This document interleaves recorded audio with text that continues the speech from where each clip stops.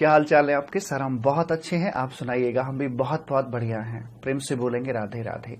चलें? Yes sir. बहुत ही सुंदर सा चैप्टर आपके सामने आ रहा है। नाम है इसका इनपुट टैक्स क्रेडिट का। ठीक है, आपकी क्वेरी आएगी सर अगला चैप्टर तो रजिस्ट्रेशन का आना चाहिए था बुक के मुताबिक। कोई बात नहीं, रजिस्ट्रेशन को बाद में कर लेंगे, पहले आईटीसी को करते हैं। ठीक है, तो यहां पर आकर आपके 3 सेक्शंस पढ़ने हैं। हालांकि इस चैप्टर के अंदर तो सेक्शन और भी आते हैं, 19 भी आता है, 20 भी आता है, 21 भी आता है, कुल मिलाकर 6 सेक्शन आते हैं। लेकिन ये वाले जो सेक्शन है, सी इंस्टीट्यूट कहता है कि बच्चों को अभी मत पढ़ाना, ये सिलेबस के अंदर नहीं है, सीए फाइनल में पढ़ने के लिए मिलेंगे आपको। ठीक है, तो अभी फिलहाल आपको पढ़ने हैं मात्र 3 सेक्शन, 16, 17 और 18 करके। सेक्शन नंबर 16 बात करता है कि इन जनरल जब रेसिपिएंट अपनी किताबों में क्रेडिट बुक करता है तो वो कैसे कैसे इसको बुक करके चलेगा, कौन कौन सी कंडीशंस इसको फॉलो करनी होती हैं। ठीक है, दूसरी बात, सेक्शन नंबर 18 ये कहता है कि कुछ एक स्पेशल सर्कमस्टांसेस आपके सामने आते हैं, उनमें आप क्रेडिट कैसे बुक करोगे उसकी चर्चा यहां पर की जाती है। सेक्शन 17 जो है अपना, वो ये कहता है कि भाई साहब पहली बात तो कि ब्लॉक्ड क्रेडिट कौन कौन सा है, जहां पर बोलते हैं ना नो मीन्स सिर्फ नो, कि कहां कहां पर आपको बिल्कुल भी क्रेडिट नहीं दिया जाएगा उसकी बात करेगा। साथ में कॉमन क्रेडिट की भी ये बात करके चलता है। हालांकि कॉमन क्रेडिट के संबंध में सेक्शन 17 के साथ साथ जो इसकी रीढ़ की हड्डी थे rule number 42 and rule number 43 हुआ करते थे, सी इंस्टीट्यूट ने रिसेंटली इन दोनों रूल्स को आपके सिलेबस से बाहर कर दिया है। जय जय श्री राधे। आपकी दिक्कत हुआ करती थी इनमें क्योंकि ये वाकई में फाइनल लेवल के थे, तो यहां पर सी इंस्टीट्यूट ने कहते कि चलो ठीक है यार, छोटे बच्चे हैं। मैं क्लास में करवाता जरूर था और साथ में ये भी बोलता था कि भाई मुझे नहीं लगता कि इन रूल्स के ऊपर आपको टेस्ट किया जाएगा, तो सी इंस्टीट्यूट ने उनको हटा ही दिया। ठीक है, सेक्शन 16 की बात करते हैं। यहां क्रेडिट बुक करने के लिए 12 कंडीशंस को फुलफिल करना पड़ता है। क्या है वो 12 कंडीशंस, उन्हीं को यहां पर हम देखकर चलेंगे। एक सप्लायर होता है, हाँ सर ठीक है, सप्लायर अपनी सप्लाई कर देता है, इनवॉइस इश्यू करता है, टाइम ऑफ सप्लाई भी निकलता है, आउटपुट जीएसटी का पेमेंट भी करता है और अपनी रिटर्न वगैरह भी फाइल कर देता है। इधर रेसिपिएंट इस सप्लाई को रिसीव करता है, किताबों में आईटीसी अपना बुक करके चलेगा, ये भी अपनी रिटर्न वगैरह फाइल कर देगा। तो अगर मान के चलते हैं कि ये घटना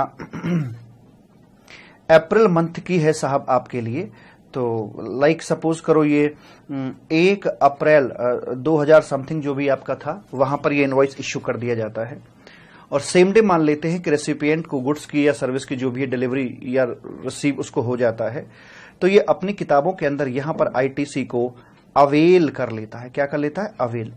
आईटीसी अवेल करना या आईटीसी को बुक करना या आईटीसी टेकन, इन शब्दों का ध्यान रखिएगा, कभी कभी इनमें कंफ्यूजन हो जाती है। इन तीनों शब्दों का मायना एक ही है। आईटीसी अवेल करने का मतलब क्या सर अभी बताता हूं, रुको जरा। यहां पर आप आईटीसी अवेल कर लेते हैं। मान लीजिए आपके पास में 10,000 रुपए का आईटीसी यहां पर बुक हो जाता है। रेसिपिएंट का रजिस्टर्ड होना बेहद जरूरी है, क्योंकि रजिस्टर्ड अगर नहीं होगा तो ये जो ट्रांजैक्शन इनके बीच में हुई है ये B2C कही जाती है, लेकिन जब सामने वाला रजिस्टर्ड होता है तो ट्रांजैक्शन को B2B के नाम से जानते हैं। इस बंदे की अपनी यहां पर कोई आउटपुट जीएसटी लायबिलिटी पक्का निकल के आएगी, क्योंकि क्रेडिट को बुक करने के लिए one of the condition is this कि आपकी आउटपुट जीएसटी लायबिलिटी होनी चाहिए। तुम मुझे खून दो तो मैं तुम्हें आजादी दे दूंगा। तो मान के चलिए यहां आउटपुट जीएसटी लायबिलिटी इसकी निकल के आती है 18,000 रुपए की।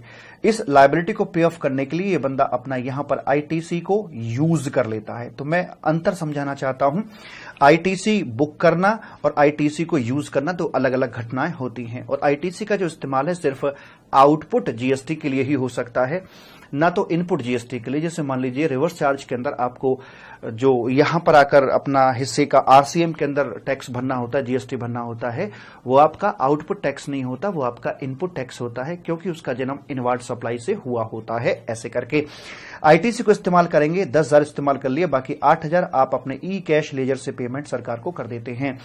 इस आईटीसी को यूज करने के लिए भी नियम कानून है, नियम कानून बताए जाते हैं कुछ ऐसे करके, CIS और CIS करके।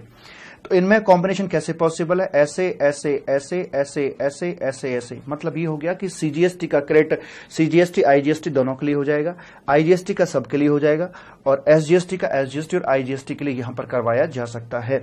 एसजीएसटी के पैटर्न पे काम करता है यूटीजीएसटी। इसका मतलब ये हो गया कि यूटीजीएसटी यूटीजीएसटी के लिए इस्तेमाल हो जाएगा और यूटीजीएसटी आपका आईजीएसटी के लिए भी इस्तेमाल करवा दिया जाएगा। लेकिन इनमें आपने कुछ ना सीक्वेंस चलते हैं। ये आता है नंबर 1 पर आएगा भाई साहब, सबसे पहले आप आईजीएसटी का जो क्रेडिट है वो सेटल करके चलोगे। इस नियम कानून के मुताबिक ही आपको काम करना होगा। हालांकि आपको क्वेश्चन करने के लिए इसकी आवश्यकता पड़ेगी, लेकिन जब जीएसटी पोर्टल पर जाते हैं तो जीएसटी पोर्टल ऑटोमेटिकली इसी सीक्वेंस में क्रेडिट को आपके को एक्सेप्ट करता है when you are filing GST 3B। तो नंबर 2 पर फिर आप इसे देख के चलेंगे, नंबर 3 पर आप इसकी बात करेंगे। अब इसके अंदर एक इंटरनल सीक्वेंस भी आता है कि जब आप आईजीएसटी का इस्तेमाल कर रहे हैं तो पहले अपने के लिए इस्तेमाल किया जाएगा और फिर दूसरे नंबर पर सीजीएसटी के लिए और फिर दूसरे नंबर पर ही एसजीएसटी के लिए। दोनों को मैंने बी रैंकिंग यहां पे करके दी है। इसका मतलब बैलेंस क्रेडिट ऑफ आईजीएसटी किसी भी रेशियो में, किसी भी प्रपोर्शन में, किसी के लिए भी इस्तेमाल हो सकता है, सीजीएसटी के लिए या फिर एसजीएसटी। जहां एसजीएसटी लिखा है वहां पर ऑब्लिक में यूटीजीएसटी जरूर बोलकर चलिएगा, ठीक है जी। फिर सीजीएसटी के क्रेडिट का नंबर आएगा तो सीजीएसटी का जो क्रेडिट होगा वो किसके लिए इस्तेमाल हो पाएगा साहब, उसके बारे में बता देता हूं मैं आपको। इसके लिए बोलते हैं पहले अपने के लिए इस्तेमाल किया जाएगा और बचेगा तो वो आईजीएसटी के लिए इस्तेमाल हो जाएगा। ऐसे ही एसजीएसटी या यूटीजीएसटी पहले अपने के लिए इस्तेमाल होगा, बचेगा तो वो आईजीएसटी के लिए इस्तेमाल करवा दिया जाएगा। हालांकि ये जो क्रेडिट को यूज करने वाली बातें हैं ये आती हैं अंडर सेक्शन 49 में आपकी आती हैं। चैप्टर आएगा मैनर ऑफ पेमेंट का। फिलहाल इस चैप्टर के अंदर हमें सिर्फ यही वाली बात करके चलनी है। इसी के लिए सेक्शन नंबर 16, 17 और 18 तीनों सेक्शन इसी पॉइंट पर आकर आपके लग जाते हैं। Is it okay? Yes sir. अब आपने अपनी किताबों के अंदर तो बुक कर लिया। अगर 1 अप्रैल को आपको डिलीवरी मिल गई थी तो आईटीसी आप 1 अप्रैल को ही किताबों के अंदर अपना बुक कर लेते हैं। लेकिन आप जानते हैं कि हमें जीएसटी पोर्टल पर भी सरकार को अपडेट करना होता है। अपडेट कैसे करेंगे? सप्लायर अपना जीएसटीआर1 11 करना है। जीएसटीआर1 अगले महीने की 11 तारीख तक फाइल कर देगा। इसका मतलब ये हो गया कि भाई वो 11 मई तक अपना जीएसटीआर1 फाइल कर देगा। Is it okay? Yes sir. उधर जो रेसिपिएंट आदमी है, अच्छा इसको यहां से इंफॉर्मेशन यहां पर फ्लैश हो जाएगी जी सर। इसको इंफॉर्मेशन दिखेगी जीएसटीआर 2A के अंदर, यहां पर दिखाया जाएगा और 2A के आधार पर यह बंदा जीएसटीआर 2 अपना फाइल करके चलेगा। अगले महीने की 15 तारीख तक यानी कि 15 मई तक सरकार को यह रिपोर्ट करके चलेगा। जब इसने जीएसटीआर 1 अपना यहां पर फाइल कर दिया है ना मालिक, तो इसका ई लायबिलिटी रजिस्टर अपडेट हो जाता है। जब ये बंदा अपना यहां पर जीएसटीआर 2 फाइल करेगा तो इसका ई क्रेडिट लेजर अपडेट यहां पर हो जाता है और उसके बाद फिर बंदा अपना ये जो है जीएसटीआर जो 3B है उसको यहां पर फाइल कर देगा। अगले महीने की 20 तारीख तक इसको फाइल कर देगा और ये जो एडजस्टमेंट इसको दिखा देगा, भैया मेरी आउटपुट जीएसटी लायबिलिटी ये बनती है, ये मैंने क्रेडिट बुक किया था, ये मैंने इस्तेमाल कर लिया, ये नेट मेरा बचता है और नेट को आपको इलेक्ट्रॉनिक कैश लेजर से पेमेंट करना पड़ता है। Is it okay? Yes sir. लेकिन एक चीज छोटी सी मैं आपको बता दूं, अगर थ्योरेटिकली हम बात करते हैं तो हमारे पास 3 फॉर्म आते हैं, जीएसटीआर1, जीएसटीआर 2 और जीएसटीआर 3 निकल के आते हैं। ये अभी आपका पिक्चर में है लेकिन ये दोनों आपके पिक्चर में नहीं है। इन दोनों का काम करता है जीएसटीआर 3B ही आपका काम करके चलता है। Is it okay? Yes sir. फिलहाल हम फोकस बनाते हैं अपना इस पॉइंट पर आकर कि आईटीसी को बुक हमें कैसे करना होता है, कब करना होता है। इसके लिए 1 2 नहीं 12 की 12 कंडीशंस का सेट दिया है। एक भी बच्चा छूटा तो सुरक्षा का चक्कर टूटा। आपको तमाम प्रकार की 12 कंडीशंस को ही पूरा करना पड़ेगा। पहली कंडीशन ये बोलती कि देखो भैया यहां पर आपका सप्लायर आदमी और यहां पर आपका रेसिपिएंट आदमी है, तो भैया आप अपनी किताबों के अंदर आईटीसी बुक करने बैठ गए हो तो आपके हाथ में कोई ना कोई एक डॉक्यूमेंट ऐसा तो होना चाहिए जिससे ये प्रूफ किया जा सके कि जिस जीएसटी का आप क्रेडिट बुक करने के लिए जा रहे हो उसका लोड आपने सहा है, आपकी जेब से वो पैसा निकल के गया है। तो इसके लिए क्या दस्तावेज हो सकता है? इनवॉइस हो सकता है, बिल्कुल ठीक है, जो कि सप्लायर इशू करके चलता है। सप्लायर का डेबिट नोट वो हो सकता है, उसके आधार पर बुक कर सकता है, ठीक है। एक होता है आईएसडी का इनवॉइस। हालांकि आईएसडी का कॉन्सेप्ट आपके सिलेबस का हिस्सा नहीं, बट ऐसे नॉलेज के लिए बता रहा हूं। इनपुट सर्विस डिस्ट्रीब्यूटर मोटे तौर पे मान सकते हैं हेड ऑफिस का इनवॉइस, उसके इनवॉइस के आधार पर आप क्रेडिट बुक कर सकते हैं, ठीक है जी। और क्या? और अगर आपने इंडिया के बाहर से गुड्स इंपोर्ट किया है तो जो गुड्स को छुड़ाने के लिए कस्टम डिपार्टमेंट में बिल ऑफ एंट्री फाइल की जाती है, उसमें ये लिखा होता है कि आपने कितने आईजीएसटी का पेमेंट किया है। तो बिल ऑफ एंट्री के आधार पर आप अपनी किताबों के अंदर यहां क्रेडिट ले सकते हैं। तो कुल मिलाकर आपके पास में एक ऐसा दस्तावेज होना चाहिए कि हां आपकी जेब से जीएसटी का पैसा गया है, आपकी जेब से इनपुट टैक्स गया है। अब मुझे बताइए, अगर आपके पास बिल ऑफ सप्लाई है तो क्या उसके आधार पर आप क्रेडिट ले सकते हैं? जी नहीं। बिल ऑफ सप्लाई एक कंपोजिट डीलर जो होता है वो इश्यू करके चलता है और वो 1%, 5% या 6% अपनी पॉकेट से पे करता है। उसका लोड रेसिपिएंट के ऊपर नहीं आता, ना ही उससे वो चार्ज किया जाता है। तो बिल ऑफ सप्लाई के अंदर जब जीएसटी चार्ज ही नहीं हुआ तो इसका मतलब आपकी जेब से कोई जीएसटी नहीं गया है, तो वो उसका आपको क्रेडिट अवेलेबल नहीं होगा। इनपुट टैक्स की डेफिनेशन के मुताबिक वो जो 1% 5% सप्लायर अपनी पॉकेट से भरता है, रेसिपिएंट के लिए वो इनपुट टैक्स होता ही नहीं है। अगर इनपुट टैक्स ही नहीं होता है तो इनपुट टैक्स का क्रेडिट भी अवेलेबल नहीं हो सकता है। Is it okay? Yes sir. क्या रिसीट वाउचर के आधार पर आपने एडवांस पेमेंट कर दिया था, सामने वाले ने इनवॉइस नहीं दिया बल्कि रिसीट वाउचर दे दिया, कि उसके आधार पर क्रेडिट बुक कर सकते हैं? The answer is no. आपके पास में एक जीएसटी का प्रॉपर डॉक्यूमेंट होना चाहिए, उसी की बात आपकी इस पॉइंट के अंदर करी जाती है। ठीक है? Yes sir. दूसरी बात ये करते कि भाई सुनो हमारी बात, अगर आप आईटीसी बुक करना चाहते हो ना भाई साहब, तो एक बात को और ध्यान में रखिएगा कि जो गुड्स या सर्विसेज की आप बात कर रहे हो ना, वो आपको रिसीव्ड हो जाना चाहिए। अगर आपको रिसीव नहीं हुआ है ना, तो फिर आपको आईटीसी अवेलेबल नहीं हो सकता, क्योंकि जब तक रिसीव नहीं हुआ, हम कैसे मान लें कि आप इसे बिजनेस के अंदर इस्तेमाल करके चलेंगे? तो रिसीव होना बेहद जरूरी है। पर कभी कभी क्या होता है कि मान लीजिए इसका नाम मिस्टर एक्स है, इसका नाम मिस्टर वाई है और इसका नाम मिस्टर जेड है। तो ये बंदा बिलिंग तो इसी के नाम पर की जाती है कि ठीक है भैया बिल हमारे नाम पर इश्यू कर दीजिए, लेकिन मिस्टर जो वाई है ये कहता है कि साहब आप गुड्स को यहां किसी मेरा मिस्टर जेड है उसके नाम पर डायरेक्टली डिस्पैच कर देना। ये कहता है कि ठीक है, एक्स ने यहां पर डायरेक्टली डिस्पैच कर दिया to mister Z on behalf of mister Y. Mister Y के कहने पर किसी जेड को दे दिया है, तो बिल इसके नाम पर था लेकिन गुड्स इसे रिसीव नहीं हुआ है। तो ऐसे हालात में यह कहा जाता है कि the date on which goods received by mister Z, तो उस दिन ये मान के चलेंगे कि ये गुड्स मिस्टर वाई को रिसीव हो गया है, क्योंकि मेरे बिहाफ पर अगर कोई और व्यक्ति डिलीवरी लेता है तो इसका मतलब वो गुड्स मुझे मिल गया है। तो इस दिन मिला माना जाएगा। मान लीजिए अगर 10 तारीख है, 10 अप्रैल की डेट है, तो 10 अप्रैल को रिसीव माना जाएगा और उस दिन आप अपनी किताबों के अंदर आईटीसी ले सकते हैं। इनवॉइस आपके हाथ में था ही, उसके आधार पर आप क्रेडिट ले लेंगे। आगे बात करते हैं कि देखिए कभी कभी क्या होता है कि माल आपका लॉट्स में आता है, अलग अलग लॉट्स बने हुए होते हैं। तो जो आपको इनवॉइस इश्यू कर दिया जाता है लेकिन अलग अलग लॉट में आएगा, पहला लॉट यहां आया, दूसरा लॉट यहां आया, तीसरा लॉट यहां आया। तो जब आपका कंप्लीट गुड्स आ जाएगा, यानी कि जब आपका लास्ट लॉट आ जाएगा, उस दिन संपूर्ण गुड्स की आपको प्राप्ति हुई है, उस दिन आप अपनी किताबों के अंदर क्रेडिट बुक कर सकते हैं। वो वाली बात आपकी यहां पर आ जाती है। कहते हैं गुड्स रिसीव हो जाना चाहिए रेसिपिएंट के द्वारा स्वयं या उसके बिहाफ पर थर्ड पार्टी रिसीव करती है, तो उसी बंदे को रेसिपिएंट को ही रिसीव हुआ मान लेते हैं। और अगर इंस्टॉलमेंट में या लॉट में माल आ रहा है, तो जब लास्ट लॉट की प्राप्ति हो जाती है तो वहां पर आकर यह माना जाता है कि भैया आपको संपूर्ण गुड्स की प्राप्ति हो गई है। ठीक है, नंबर आते हैं 3 के ऊपर कि भाई साहब यहां आपका ये सप्लायर आदमी है और यहां आपका ये रेसिपिएंट आदमी। रेसिपिएंट जी आप मुंह उठा के आईटीसी तो बुक करने चल दिए, लेकिन क्या आप अपने जीएसटी का पेमेंट रेगुलरली करते हो कि नहीं? यस, आपको जीएसटी का पेमेंट जो आपका बनता है वो यहां पर करना पड़ेगा, वरना आपको आईटीसी अवेलेबल नहीं करवाया जाएगा। बोलता है recipient need to file GST 3 या 3B ऑन टाइम फाइल करना पड़ेगा, तभी यहां पर आपको आईटीसी अवेलेबल करवाया जाएगा।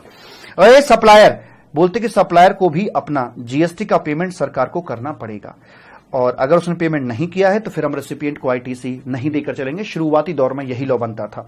मान लेते हैं कि यहां पर बंदे का जीएसटी बनता था 70,000 रुपए का, इसने आईटीसी अपनी बुक्स के अंदर क्लेम करके बैठ गया 70,000 रुपए का, लेकिन इस बंदे ने अपना जो जीएसटीआर 1 वगैरह फाइल किया, जीएसटी का पेमेंट किया, वो सिर्फ सरकार को बताया 50,000 रुपए का। 20,000 के जीएसटी के जो इनवॉइसेस थे उनको ये निकल गया, उसको ये छिपा गया, पता नहीं कहां चले गए। अब यहां पर ये जो जीएसटीआर 2A इसके पास बनकर जाएगा, उसके अंदर जो ट्रांजैक्शन दिख रही होगी वो सिर्फ 50,000 का ही अमाउंट दिख रहा होगा। लेकिन ये बंदा कह रहा होगा नहीं भाई साहब 50 नहीं 70 है, वो कह रहा नहीं 50 ही पे हुआ, कह रहा नहीं 70 है भाई साहब मेरा तो। अब इसका मतलब 50 तो भैया आप आईटीसी बुक कर ही लो, चूंकि जीएसटीआर 2A उसे बोल रहा है। इसके साथ साथ जो आपका डिस्प्यूट में चला गया है 20,000, उसने भरा नहीं है लेकिन आप क्रेडिट क्लेम करना चाहते हो, तो अर्लियर टाइम में पहले इसका कुछ भी नहीं मिलता था। फिर सरकार ने इसे चेंज किया, कहा कि देखो भैया जो आपका डिस्प्यूट वाला अमाउंट है 20,000 रुपए, वो अमाउंट यहां लिखो जरा। हमने कहा ठीक है साहब, लिख दिया। ये लिखो और 20% of your clear credit, 20% of जो आपका जीएसटीआर 2A में दिख रहा है, 20% ऑफ 50,000 जो कि आपका 10,000 यहां पर निकल के आ जाता है, विच एवर इज लोअर, उतना तक आप यहां पर क्रेडिट बुक कर सकते हैं। फिर सरकार ने काम और किया, इस 20% को घटाकर उन्होंने यहां पर 10% कर दिया। 10% करेंगे तो यहां पर आ जाएगा भाई साहब आपका 5,000 रुपए आ जाएगा। बोलते हैं 20,000 और 5,000 which ever is lower, lower में आ जाएगा आपका 5,000 रुपए। और रिसेंट अमेंडमेंट के मुताबिक ये आपका कर दिया गया भाई साहब, भगवान झूठ ना बुलाए, ये 5% कर दिया गया है आपके एग्जाम के लिए। कहते कि भैया 5% ऑफ 50,000 ही हो गया आपका यहां पर 2,500 रुपए। 2,500 रुपए यहां पर हो जाता है, विच एवर इज लोअर के अंदर आपका 2,500 रुपए यहां निकल कर आ जाएगा। Is it okay? Yes sir. और कौन दिक्कत वाली बात सर जी नहीं है। तो आपके दिसंबर 2021 एग्जाम के लिए ये प्रोविजन एप्लीकेबल हो रहा है। Is it okay? Yes sir.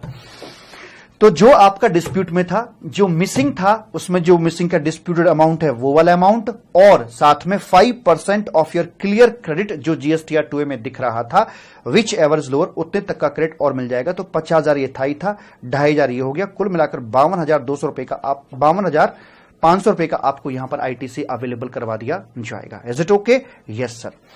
कहते हैं इनपुट टैक्स क्रेडिट, ठीक है, सप्लायर ने अपना जीएसटीआर 3 या 3B अपना प्रॉपर तरीके से फाइल कर दिया गया हो, और साथ में बोलते हैं कि input tax credit to be availed by registered person in respect of invoice या डेबिट नोट जो भी हैं, जिनकी डिटेल सप्लायर ने जीएसटीआर 1 के अंदर अपनी अपलोड नहीं करी, तो उसके संबंध में आप 5% of clear credit, 5% of amount, वहां तक का अमाउंट मैक्सिमम ले सकते हैं, यानी कि डिस्प्यूटेड अमाउंट और 5% of amount available in GSTR 2A which ever is lower, उतने तक का आप यहां पर क्रेडिट ले सकते हैं। आगे बात करते हैं, क्या भला, सुनिए हमारी बात बाबू मेरे। आगे ये बोलते हैं साहब कि देखो भाई मेरे कि जो बिल है उसका पेमेंट आपका 180 दिन के अंदर हो जाना चाहिए। साहब ये आपका सप्लायर आदमी है, यहां पर आपका रेसिपिएंट आदमी आ जाता है, इसने यहां पर 1 लाख रुपए का ये बिल रेज कर दिया, 18,000 का जीएसटी बनता था, 1,18,000 इनवॉइस वैल्यू के साथ में इन्होंने बिल इसको पकड़ा दिया। ध्यान दीजिएगा, फर्स्ट ऑफ ऑल जैसे ही हमें इनवॉइस की प्राप्ति होती है, हम उसका क्रेडिट अपनी किताबों में ले लेते हैं। इनवॉइस बेस्ड होकर जैसे इनवॉइस मिला, हम अपनी किताबों के अंदर 18,000 रुपए का क्रेडिट यहां पर बुक कर लेते हैं। लेकिन यह कंडीशनल है, सरकार ने कंडीशन लगा रखी कि जो आपका बिल अमाउंट बनता था 1,18,000 रुपए, ये पैसा 1,18,000 जो बनता था, ये पैसा आपको इस बंदे को 180 दिन के अंदर अंदर पे करना होगा। अगर आपने पे कर दिया तो बहुत अच्छी बात है, फिर तो कुछ होने वाला है नहीं। लेकिन अगर आपने पैसा पे नहीं किया, एक ढेला भी आपने यहां पर पे नहीं किया है, तो ऐसी दशा में 181वें दिन तबाही मच जाएगी, तबाही मच जाएगी। आपको ये पैसा रिवर्स करना पड़ेगा जो आपने आईटीसी ले रखा था। 18,000 का रिवर्सल यहां पर करना पड़ जाएगा, यानी कि 18,000 का बुक किया था, 18,000 का आपका यहां पर रिवर्सल हो गया, पोजीशन यहां तक आकर न्यूट्रलाइज हो जाती है। और अब क्या करेंगे, अब आपका जो आईटीसी है वो पेमेंट लिंक्ड कर दिया। ध्यान दीजिएगा, शुरुआती दौर में आपका जो आईटीसी बुक करते हैं वो इनवॉइस लिंक्ड होता है कि इनवॉइस मिला, आपने बुक कर लिया, बशर्ते कि आप 180 दिन में पेमेंट कर दें। अगर 180 दिन में पेमेंट नहीं किया तो 181वें दिन तबाही मचा दी जाएगी, और उसके बाद में फिर आपको मिलेगा, आप इसको री अवेल कर पाओगे, विदाउट एनी डाउट री अवेल हो जाएगा, लेकिन वो पेमेंट लिंक्ड होगा। जब जितना पेमेंट करोगे तब उतना क्रेडिट आपको अवेलेबल हो जाएगा। मान लीजिए आपने 10% पेमेंट 200वें दिन कर दी है, तो 18,000 का 10% 1,800 रुपए आपको यहां मिल जाएंगे। आपने 20% पैसा 300वें दिन दे दिया है तो 36 रुपए आपको यहां मिल जाएंगे। आपने बाकी 70% पैसा 400वें दिन दे दिया है तो आपको यहां पर 70% जो बनता है 18,000 का वो यहां पर मिल जाएगा। लेकिन सर बाकी 70% अगर दिया ही नहीं, तो अगर नहीं दिया तो पेमेंट नहीं किया तो फिर आपको आईटीसी नहीं दिया जाएगा, सिर्फ जितना है उतना ही रह जाएगा। यानी कि पेमेंट लिंक कर दिए, जब जितना पैसा पे करके चलोगे तब उसके हिसाब से आप अपनी किताबों के अंदर क्रेडिट को रीबुक करके चलोगे। लेकिन यहां पर एक प्रॉब्लम आई कि सर अगर मान लीजिए ये जो सप्लाई आपकी हो रही थी, अगर ये एफओसी सप्लाई है, फ्री ऑफ कॉस्ट है, बहुत सारी सप्लाई होती है जैसे बाटर वगैरह हो गया, ये आपकी फ्री ऑफ कॉस्ट यहां पर हो सकती है। आरबीआई की एजेंसी बेस्ट एग्जांपल, आरबीआई की जो एजेंसी होती है वहां पर फ्री ऑफ कॉस्ट ट्रांजैक्शन होती है, 4 को सप्लाई मानते हैं, जीएसटी भी आपको वहां पर देना होता है। तो वैसे वाले मामले में तो पेमेंट होगा ही नहीं। जब पेमेंट होगा ही नहीं तो इसका इफेक्ट यह आएगा कि शुरू में तो आपको आईटीसी मिल जाएगा, लेकिन 181वें दिन रिवर्सल होना ही होना है।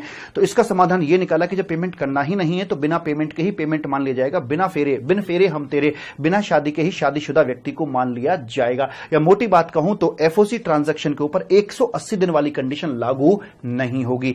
दूसरी एक और बात कि भाई मान लीजिए अगर आरसीएम के अंदर आपको पैसा देना था तो जो जीएसटी वाला पैसा है वो इसके पास तो जाना है नहीं, इसको सिर्फ बिल अमाउंट जाएगा, 1 लाख का बिल देगा, 18,000 आपको डायरेक्ट सरकार को भरना है। तो क्या सरकार ये बोलेगी भैया 180 दिन में पैसा दे?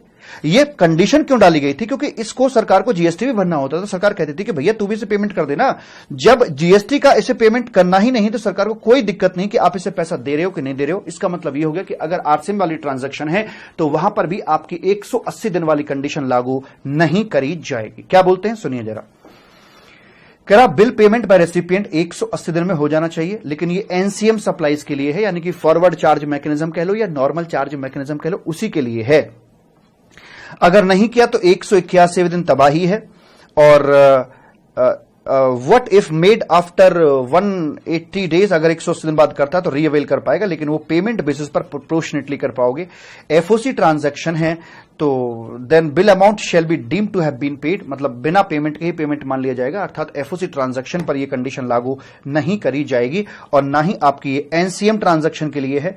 आरसीएम ट्रांजैक्शन के ऊपर 180 दिन वाली कंडीशन एप्लीकेबल आपकी नहीं होती है, ऐसे बोल दिया जाता है। आगे बात करते कि भाई साहब सुनो हमारी बात, आप सप्लायर हो, यहां पर बंदा रेसिपिएंट है, तो जो आप इनवार्ड सप्लाई ले रहे हो ना साहब, है ना, तो वो आपकी बिजनेस के लिए ही इस्तेमाल होनी चाहिए। अगर मान लीजिए आप इनपुट लेकर आए हैं तो आपका इनपुट बिजनेस पर्पस के लिए इस्तेमाल होना चाहिए। अगर आपने मान लीजिए कुछ ऐसा कर दिया, 100 किलोग्राम इनपुट लेकर आते हैं जिसमें से आपने 60 किलोग्राम बिजनेस के लिए इस्तेमाल किया है, 40 किलोग्राम पर्सनल पर्पस के लिए इस्तेमाल कर लिया, तो आपको जो आईटीसी मिलेगा वो सिर्फ 60 किलोग्राम के संबंध में ही दिया जाएगा। इनपुट की बजाय अगर मान लीजिए आपका कैपिटल गुड्स बनता है, मशीन लेकर आते हैं जो बिजनेस पर्पस के लिए भी इस्तेमाल होती है और पर्सनल पर्पस के लिए भी इस्तेमाल होती है, तो ऐसी दशा के अंदर बोलते हैं कि आपको जो क्रेडिट है वो सिर्फ लिमिटेड किया जाएगा उस हद तक जितना तक कि आप बिजनेस पर्पस के लिए इस्तेमाल करके चलते हैं।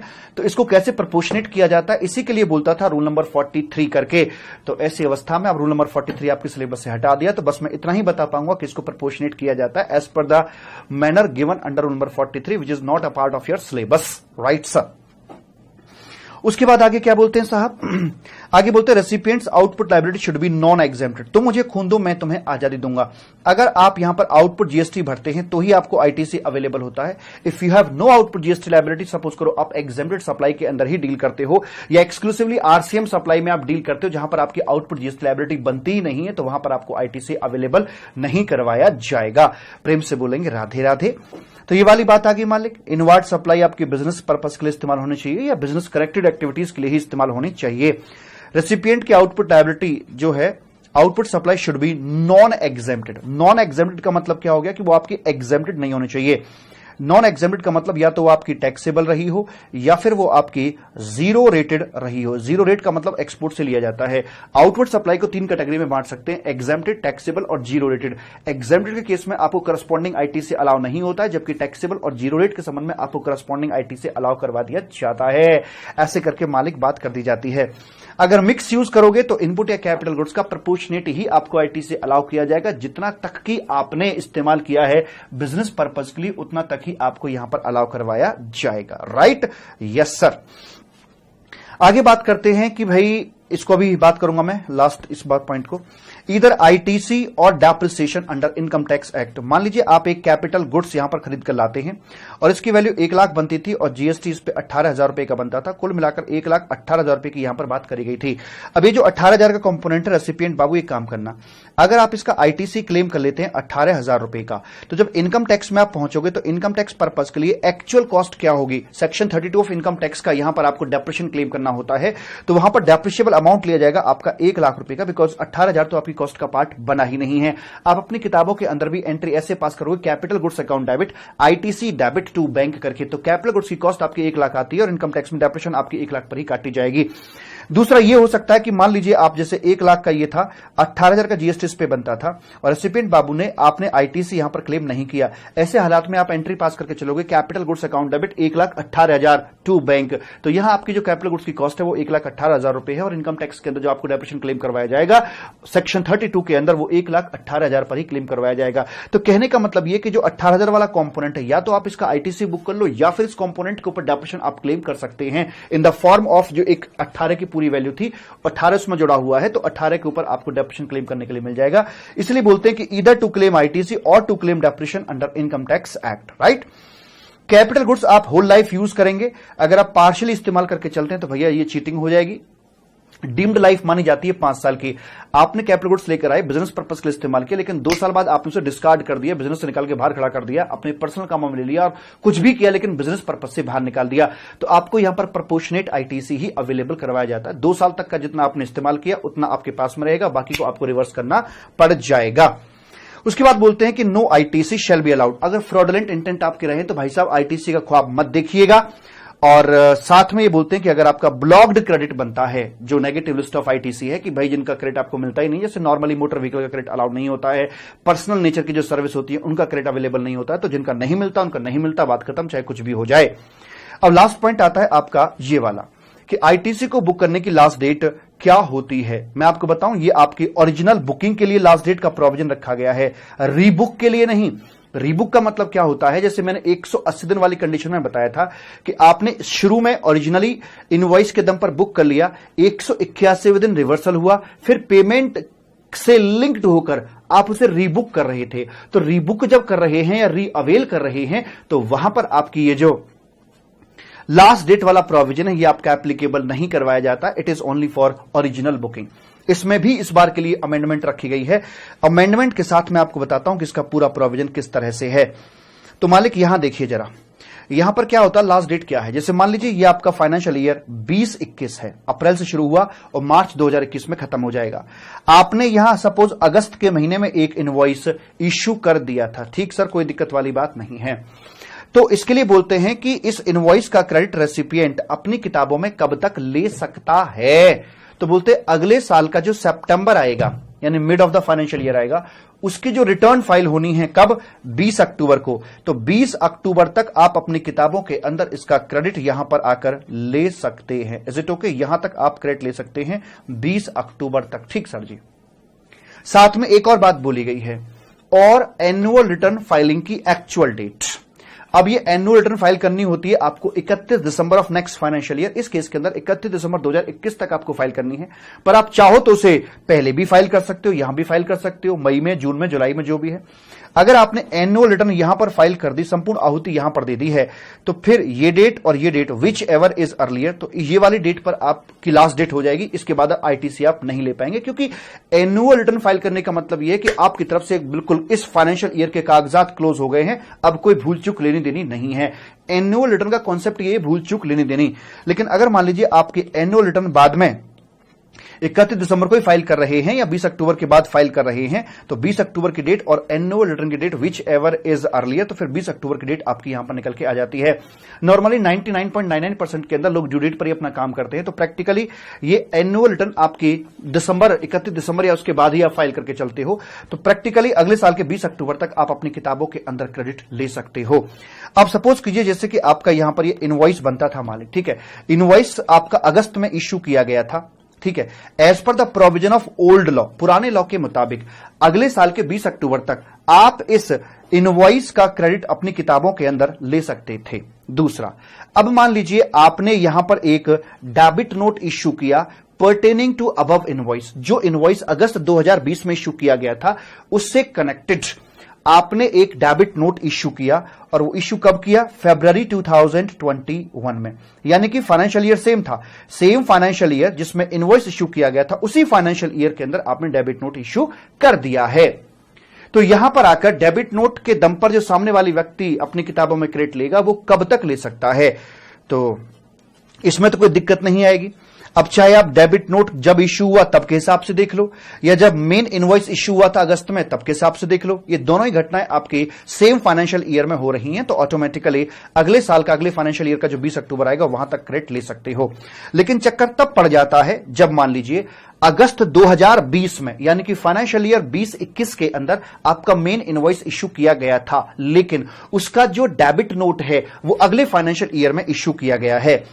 जैसे कि डेबिट नोट मान लीजिए आपका मई 2021 में, फाइनेंशियल ईयर चेंज हो गया, 21-22 आ गया, मेन इनवॉइस आपका अगस्त में ही था, मेन इनवॉइस आपका अगस्त में था, अगस्त 2020 में, यानी कि फाइनेंशियल ईयर 2021 के अंदर था, लेकिन जो डेबिट नोट था वो आपका नेक्स्ट फाइनेंशियल ईयर में इश्यू किया जाता है। तो अब इस डेबिट नोट के बेस पर जो क्रेडिट लिया जाएगा उसकी यहां पर लास्ट डेट क्या रहेगी। ऐसे मान के चलिए मेन इनवॉइस बंदर है और जो डेबिट नोट है ये बंदर का बच्चा है, तो बच्चे के आधार पर लास्ट डेट काउंट करें।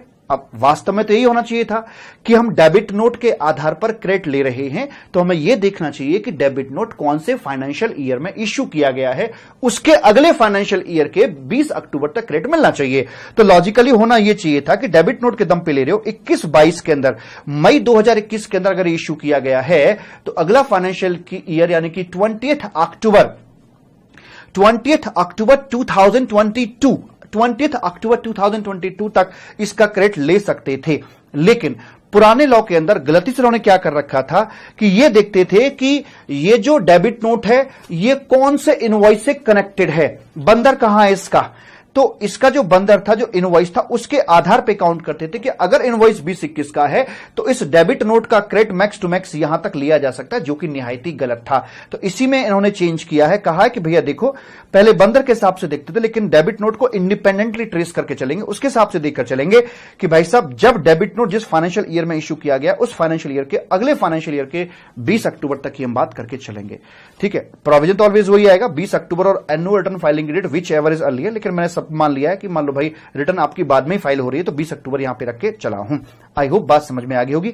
तो पुराने लॉ के अंदर वो आपका इनवॉइस से कनेक्टेड था, इनवॉइस की शक्ल देखकर फैसला लिया करता था। तो इनवॉइस तो 2021 में था, तो उसके हिसाब से 20 अक्टूबर 2021 तक डेबिट नोट के संबंध में क्रेडिट ले सकते थे मैक्सिमम। लेकिन अब इन्होंने सीधा जो जिसके बेस पर क्रेडिट ले रहे हैं, इनवॉइस के दम पे ले रहे हो, तो इनवॉइस को देखना कि भाई आपका कौन से फाइनेंशियल ईयर में इश्यू हुआ है, उसके अगले फाइनेंशियल ईयर के 20 अक्टूबर तक क्रेडिट ले सकते हो। डेबिट नोट इश्यू हुआ है तो खुद डेबिट नोट को देखना कि वो कौन से फाइनेंशियल ईयर में इश्यू किया गया है, उसके अगले फाइनेंशियल ईयर के 20 अक्टूबर तक आप क्रेडिट अपनी किताबों में ले सकते हैं। ये अमेंडमेंट आपके यहां पर कर दी गई है।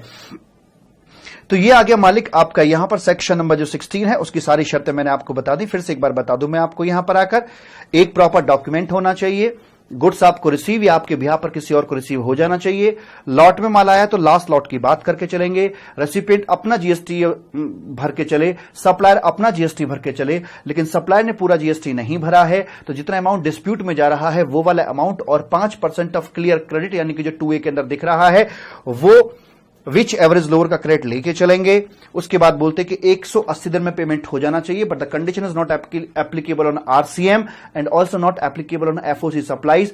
180 दिन में पेमेंट करिए तो बहुत अच्छी बात है, नहीं किया तो 181 दिन तबाही हो जाएगी और फिर आपको क्रेडिट मिलेगा पेमेंट से लिंक्ड होते हुए।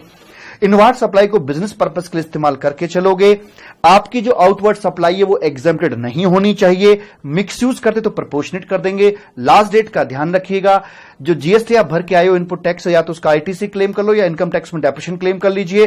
कैपिटल गुड्स अगर आपका होल लाइफ इस्तेमाल नहीं किया है तो प्रोपोर्शनेट करके चलेंगे।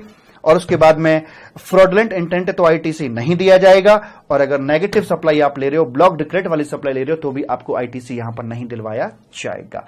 ऐसे करके 2 अमेंडमेंट थे लेटेस्ट इसके अंदर। आपका सेक्शन नंबर मालिक 16 यहां पर आकर कंप्लीट हो जाता है। आगे सेक्शन नंबर 18 करवाऊंगा, उसके बाद 17 होगा। इन 2 सेक्शंस के अंदर कोई किसी प्रकार का चेंज नहीं है।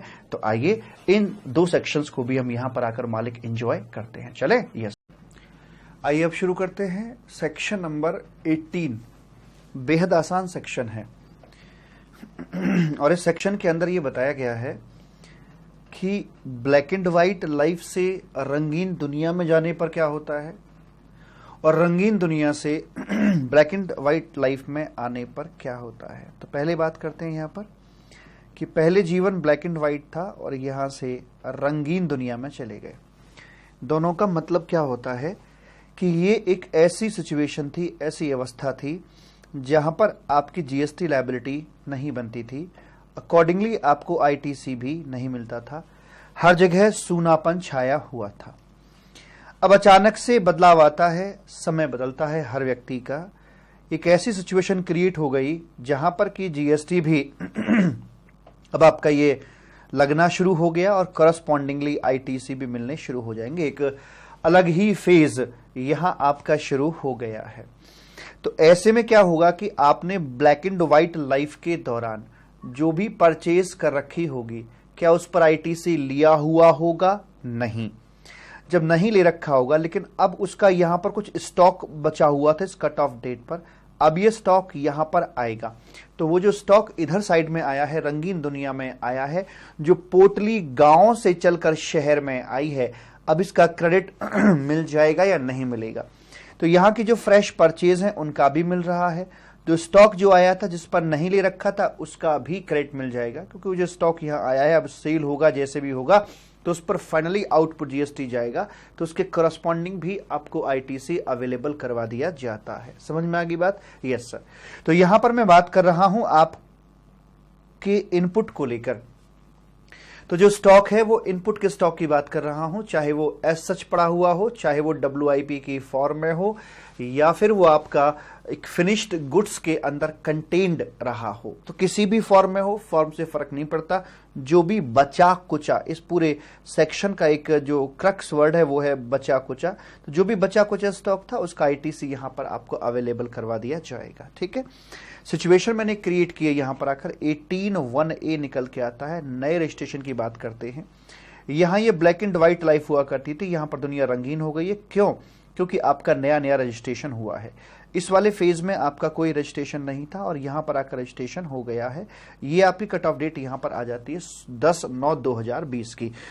तो यहां से जो भी आपका स्टॉक था बचा कुचा 600 किलोग्राम का, तो 600 किलोग्राम के संबंध में आपको आईटीसी मिल जाएगा। आपने यहां पर परचेज करी थी, आपको एक ढेले का भी क्रेट अवेलेबल नहीं हुआ था, 36,000 का जीएसटी भरा था 1000 किलोग्राम पे। अब 600 का स्टॉक बच के इस फेज में आ रहा है, तो आपको प्रपोर्शनेट आईटीसी यहां पर अवेलेबल करवा दिया जाएगा। ठीक, 18(1)B भी ऐसी ही पैटर्न पे काम करता है। यहां तो क्या है कि आपका रजिस्ट्रेशन लॉफुली आपको करवाना पड़ा है। 18(1)B में बस इतना फर्क आएगा कि वहां पर जो रजिस्ट्रेशन होगा वो वॉलंटरली आप अपना करवा के चल रहे हो, बाकी वो अपना सेम है, as it is same question है, बस रजिस्ट्रेशन वॉलंटरी करवाया गया है। उसके बाद में 18(1)C अपना निकल के आता है। सी बात करता है कॉम्पोजिशन।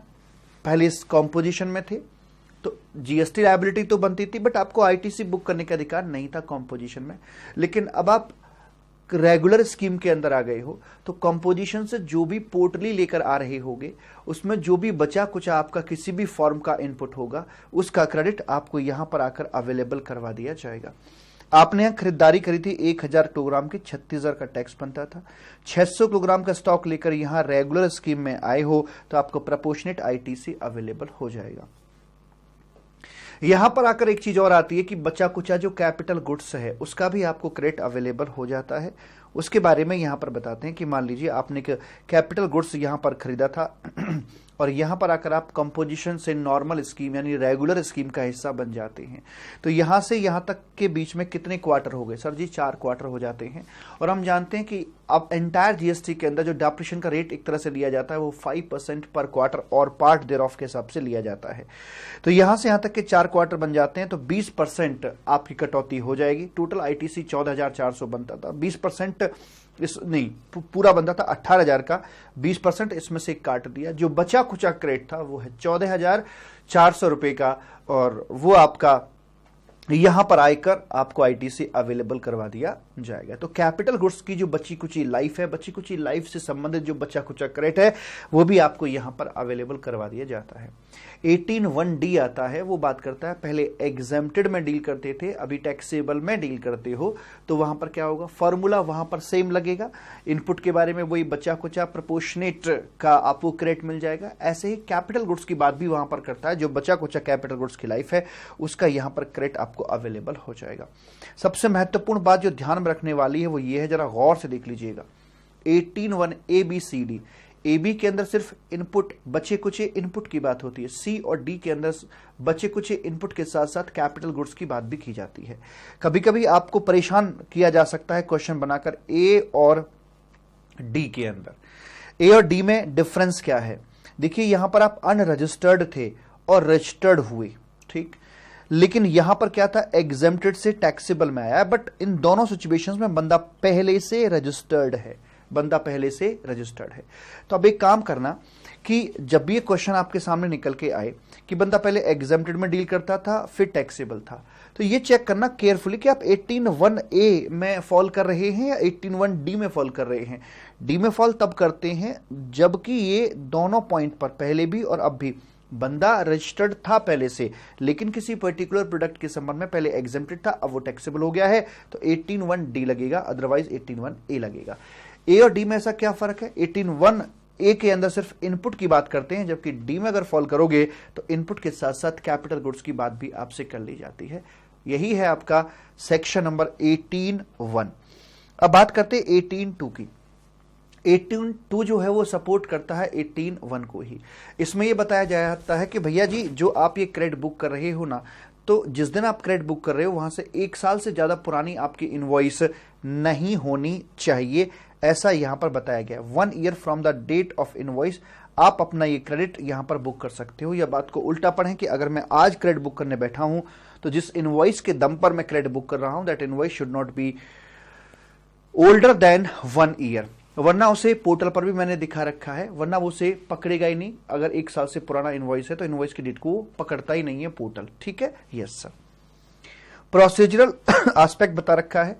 अब चूंकि एक आईटीसी आप खुद से क्लेम कर रहे हैं एज ए रेसिपिएंट, तो वहां से वो GSTR1 वो जो मैचिंग वगैरह था वो सब तो नहीं हो सकता यहां पर आकर, क्योंकि आप तो पहले से रजिस्टर्ड ही नहीं थे या एग्जेम्प्टेड में डील करते थे, तो ये आपको खुद क्लेम करना पड़ता है। इसके लिए आप फॉर्म फाइल करते हैं ITC01 करके। 30 डेज के अंदर अंदर आपको फाइल करना होगा। 30 डेज कहां से? जहां से आप एलिजिबल हो गए थे, कट ऑफ डेट से 30 डेज के अंदर अंदर एक्सटेंशन भी दिया जा सकता है। आप ये करके चलेंगे और अकॉर्डिंगली बात करेंगे। क्लेम अगर आपका 2 लाख से ज्यादा है तो CA सर्टिफाई करेगा कि जो आप क्लेम कर रहे हो वो सही यहां पे करके चल रहे हो। 18(3) आपका आता है कि जब आप एक चालू बिजनेस को बेच देते हो तो क्या होगा। तो जितनी भी आपकी एसेट हैं, जो भी आपकी लायबिलिटीज हैं, सबकी सब न्यू ओनरशिप पे ट्रांसफर हो जाती हैं। किताबों में तो ट्रांसफर हो जाएगा, लेकिन जो ITC है वो तो आपके रजिस्ट्रेशन से लिंक आपके ई क्रेडिट लेजर में पड़ा हुआ होगा। सप्लायर जी कह रहे हाँ, तो फिर वो सामने वाले के ई क्रेडिट लेजर के अंदर कैसे पहुंचेगा। तो इसके लिए इस बंदे को एक फॉर्म यहां पे भरना पड़ेगा जिसमें बोलेगा कि भाई मेरा इतना बैलेंस पड़ा हुआ है, ये नई वाले रजिस्ट्रेशन सर्टिफिकेट पे ट्रांसफर कर दिया जाए। तो मैं फॉर्म भरूंगा, वो उस जब मैं फॉर्म भर दूंगा तो उसके पास सूचना जाएगी कि भाई ऐसे ऐसे करके चिट्ठी आई है, आप बताइए। वो बोलेगा ठीक है ओके। तो जैसे वो ओके करेगा तो यहाँ का जो बैलेंस था यहां से उठकर दूसरे वाले के ई क्रेडिट लेजर के अंदर वो ट्रांसफर करवा दिया जाएगा, वैसे करके बोला जाता है। ठीक है जी। वैसे अदरवाइज इन इट सेल्फ जो बिजनेस है, जो चलता बिजनेस आपने बेच दिया है, तो बिजनेस की सेल पर तो GST आपका लगता भी नहीं है, ये बात भली भांति आप जानते हो। वो एग्जेम्प्ट सप्लाई ऑफ सर्विस में काउंट की जाती है, लेकिन जो क्रेडिट है वो ऐसे करके यहां पर नई ओनरशिप पर ट्रांसफर करवा दिया जाएगा, ऐसा बोलता है आपका 18(1) करके। अब सॉरी 18(1) करके। ठीक है। अब बात करते हैं 18(1) की। अब मामला थोड़ा उल्टा होने के लिए जा रहा है कि रंगीन दुनिया से अगर हम एक ब्लैक एंड व्हाइट लाइफ की तरफ जा रहे हैं तो क्या होगा। जैसे कोरोना के टाइम पर हुआ था, लोग पोटली ले लेके गांव की तरफ भागे थे, गांव ही याद आए थे ऐसी महामारी के दौरान। ठीक है। तो यहां पर क्या होगा, यानी कि ये रंगीन दुनिया वो है जहां पर कि आप GST आपको मिल रहा, मतलब देना पड़ रहा था, ITC आप क्लेम कर रहे थे। ब्लैक एंड व्हाइट जमाना वो आ जाता है कि जहां आपकी आउटपुट GST लायबिलिटी भी नहीं होती और करस्पॉन्डिंग आपको ITC भी अवेलेबल नहीं होता है। ये सिचुएशन कब बन सकती है, अगर आप रेगुलर स्कीम से कंपोजिशन में जा रहे हैं, या फिर आपका प्रोडक्ट पहले से टैक्सेबल था और अब आपका वो एग्जेम्प्टेड कैटेगरी में फॉल कर रहा है। तो ऐसे हालातों के अंदर ये समस्या यहां पर पैदा हो जाती है। तो यहां तो आपने जो भी अपना क्रेडिट वगैरह था सारा का सारा आप लेकर बैठे हुए थे। अब जो भी बचा कुचा स्टॉक होगा, उस स्टॉक को लेकर जब इस फेज में पहुंचोगे तो क्या मुंह दिखाओगे, वहां तो सूखा पड़ा हुआ है। ऐसे मान के चलिए मर्सिडीज को लेकर खेतों में जा रहे हैं, क्या करोगे वहां ले जाकर, किसी काम के नहीं है, नो यूज। ऐसे ही इस ITC का यहां पर क्या इस्तेमाल है, क्योंकि यहां तो कोई आउटपुट GST लायबिलिटी है ही नहीं, करोगे क्या ले जाकर, इसलिए इसको यहीं पर जला दिया जाता है। तो बोलते हैं इतना तक आपको एक अमाउंट पे करना पड़ेगा, और अमाउंट पे करना मतलब कि एक लायबिलिटी क्रिएट कर दे। देखिए एक तो होता है ITC को डायरेक्ट ही रिड्यूस कर देना, और एक होता है उसका तरीका कि एक इक्विवेलेंट लायबिलिटी क्रिएट कर देने जिससे कि वो आपका खत्म हो जाए। तो जितना भी आपका बचा कुचा स्टॉक है उससे कनेक्टेड जो भी आपका ITC बनता है उतना तक अमाउंट आपका आउटपुट लायबिलिटी में ऐड कर दिया जाएगा। इसके बावजूद भी कुछ ITC अगर आपका बच जाता है तो आपका लैप्स कर जाएगा, यानी कि कुल मिलाकर आपका ITC आगे नहीं जाएगा, उसमें आग लगा दी जाएगी, यहीं पर उसको डिस्ट्रॉय कर दिया जाएगा। मोटी बात ये है। मर्सिडीज लेकर जा रहे हो तो गांव में बाहर ही छोड़ देना, वहीं आग लगा देना उसमें, क्योंकि वहां खेतों में उसका कोई इस्तेमाल नहीं हो रहा है। ठीक सर जी। यहां पर हम दोनों की बात करते हैं, इनपुट की भी बात करते हैं और अपने कैपिटल गुड्स की भी बात करते हैं। तो जो भी बचा कुचा इनपुट लेके जा रहे हो या बचा कुचा कैपिटल गुड्स लेके जा रहे हो, उससे रिलेटेड बची कुची लाइफ से संबंधित जो ITC है उसे रिवर्स कीजिए, यानी कि आउटपुट लायबिलिटी में ऐड कीजिए और फिर उस लायबिलिटी का पेमेंट कीजिए बाय यूजिंग ITC। फिर भी कुछ आईटीसी बच जाता है तो वो आपका यहां पर लैप्स करा दिया जाएगा। वो वाली बात आपकी यहां पर दे रखी। कैसे भला? देखिए 1814 के अंदर हमने अपनी परचेसिंग की थी 1000 किलोग्राम की, ठीक है सर, एंड यहां पर आकर हमारी जो सप्लाई है वो एग्जेम्प्ट अपनी हो जाती है। हमारे पास बचा कुछ आता 600 किलोग्राम जो कि अलग अलग फॉर्म में दे रखा था, ठीक है। हम यहां पर एंट्री पास करेंगे purchase account debit to output liability. हमने आउटपुट लायबिलिटी यहां पर क्रिएट अपनी करवा दी है। तो 600 किलोग्राम की प्रोपोर्शनेट कितनी बनेगी जरा बताएंगे आप मुझे? सर 1000 किलोग्राम पे जीएसटी भरा था हमने इतने का, तो 600 किलोग्राम पे सर जी कितना निकल के आएगा? 21,600 सर जी निकल के आएगा ये। तो हमारी 21,600 रुपए की लायबिलिटी अपनी यहां पर आकर हम क्रिएट कर देते हैं, ठीक है। इसका फिर हम पेमेंट भी करके चलेंगे नो डाउट। और पेमेंट कैसे किया जाएगा sir ji? Output liability debit to ITC. ITC नहीं है तो कैश, हालांकि मेरे पास है बैलेंस आईटीसी का, तो 21,600 का आईटीसी मेरा खत्म हो जाता है। उसके बाद में जो मेरे कैपिटल गुड्स होते हैं उनके बारे में बात करते हैं कि जो भी आपका बचा कुचा कैपिटल गुड्स है उसको निकालिए। लेकिन यहां पर कैपिटल गुड्स के लिए बची कुची लाइफ निकालने के लिए मंथली प्रपोर्शन किया जाता है। मंथली प्रपोर्शन जब गांव से शहर की तरफ जाते हैं तो क्वार्टरली प्रपोर्शन है, और जब शहर से गांव की तरफ आते हैं तो मंथली प्रपोर्शन दिया जा रहा है। खैर, तो यहां पर जो 6 महीने इस्तेमाल कर लिया है तो जो जितना यूज कर लिया उतना घटा दो, बाकी बचा कुचा है इतने की लायबिलिटी आपकी पे ऑफ करनी पड़ेगी। तो 21,600 ये और 16,200 ये टोटल मिलाकर आपको इतनी लायबिलिटी पे ऑफ करनी है। इसको पे करने के बाद भी आपका आईटीसी बच जाता है तो आपका यहां पर लैप्स करवा दिया जाएगा। वेरी सिंपल, ठीक। आगे बढ़ते हैं। 18.5 रिक्वायर्ड नहीं है। 18.6 क्या बोलता है? वादा न तोड़, ये वादा न तोड़। मतलब क्या है? मतलब इसका बिल्कुल साफ ये है कि भाई साहब, बाबूजी, भैया जी, कि अगर आप कोई कैपिटल गुड्स यहां पर लेकर आए हैं, आपने उसका आईटीसी यहां पर क्लेम किया है और फिर आप उसे बीच में ही धोखा दे देते हैं, आप उसे छोड़ देते हैं, आप उसे बेच बाच देते हैं, तो जो बेचने बाचने पर जो भी जीएसटी आएगा, क्योंकि परमानेंट ट्रांसफर किया आपने बिजनेस असेट का तो एबीसी टेस्ट फुलफिल होता है, तो यहां पर आकर ये आपका मालिक जीएसटी निकल कर आ जाता है। दूसरा, इसको सप्लाई बेसिकली बन तो गया नो डाउट, लेकिन इधर से भी बात करेंगे कि यार आईटीसी तुमने लिया था और तुमने वादा किया था कि आप इसकी होल लाइफ जो कि डीम की जाती है 5 साल तक इस्तेमाल करके चलोगे, लेकिन आपने ऐसा नहीं किया है, आपने इसे होल लाइफ इस्तेमाल नहीं किया, इसलिए प्रोपोर्शनेट आईटीसी आपको रिवर्स करना पड़ जाएगा। मान लीजिए प्रोपोर्शनेट आईटीसी निकल के आ रहा जो रिवर्सेबल था, 5% पर क्वार्टर के हिसाब से भी निकाल सकते हैं या मंथली भी कर सकते हैं, दोनों ही ऑप्शंस यहां पर आपके दे रखे होते हैं, आपको जो ठीक लगे। ये 21,600 निकल के आता है, तो आईटीसी रिवर्सल कह लो या आउटपुट लायबिलिटी में ऐड करना कह लो। ये आता 21,600 रुपए का, और ये आपका आउटपुट जीएसटी आ रहा था 12,600 रुपए का। इन दोनों में जो भी आपका ज्यादा हो, विच एवर इज हायर, वो आपको फाइनली पे ऑफ करना होता है। ऐसा किस लिए बोला? क्योंकि मान लीजिए अगर आप इसे ज्यादा में बेच देते, 90,000 में बेच देते, तो हो सकता है 21,600 से अमाउंट ज्यादा निकल के आ जाता। तो ये कह रहे कि यार जहां सरकार का ज्यादा फायदा है, अगर आप देखोगे, मोटी बात मैं आपको बताऊं, अगर बात समझ जाओ तो, कि जो इनकी अगर आपका ये सेल प्राइस इनकी बुक वैल्यू से ऊपर जा रहा है, तो जो ऊपर वाला मार्जिन है सरकार उसको भी जीएसटी के दायरे में लाना चाहती है। क्योंकि अगर बुक वैल्यू के बराबर ही बेचा तो ये वाली वैल्यू और ये वाली वैल्यू बराबर आएगी। बुक वैल्यू से नीचे बेचा है तो ये वैल्यू कम आएगी, तो फिर आपको ये भरना पड़ेगा, और बुक वैल्यू से ऊपर बेचा है अगर आपने तो फिर ये वाली वैल्यू आपकी ज्यादा निकल के आएगी और आपको ये भरना पड़ेगा। तो इनका जो ऑब्जेक्टिव है ये कि जितना तक बुक वैल्यू से ऊपर बेच रहे हैं उस वाले मार्जिन के ऊपर भी सरकार को जीएसटी चाहिए होता है, वैसे करके मालिक बोल दिया जाता है।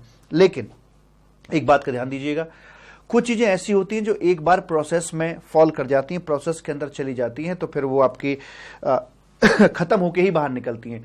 मोल्ड्स, डाइज, जिग्स, फिक्चर, तो अगर मैंने उनको डाल दिया तो उनके लिए ये नहीं कहा जाता कि 5 साल इनकी लाइफ है। वो बेसिकली बोले तो कैपिटल गुड्स जाते हैं, लेकिन एक्चुअल में इनपुट टाइप ही चीज होती हैं। तो वो एक बार अगर आपने डाल दिया प्रोसेस के अंदर तो मान लीजिए पूरा का पूरा खत्म हो गया एक तरीके से वो।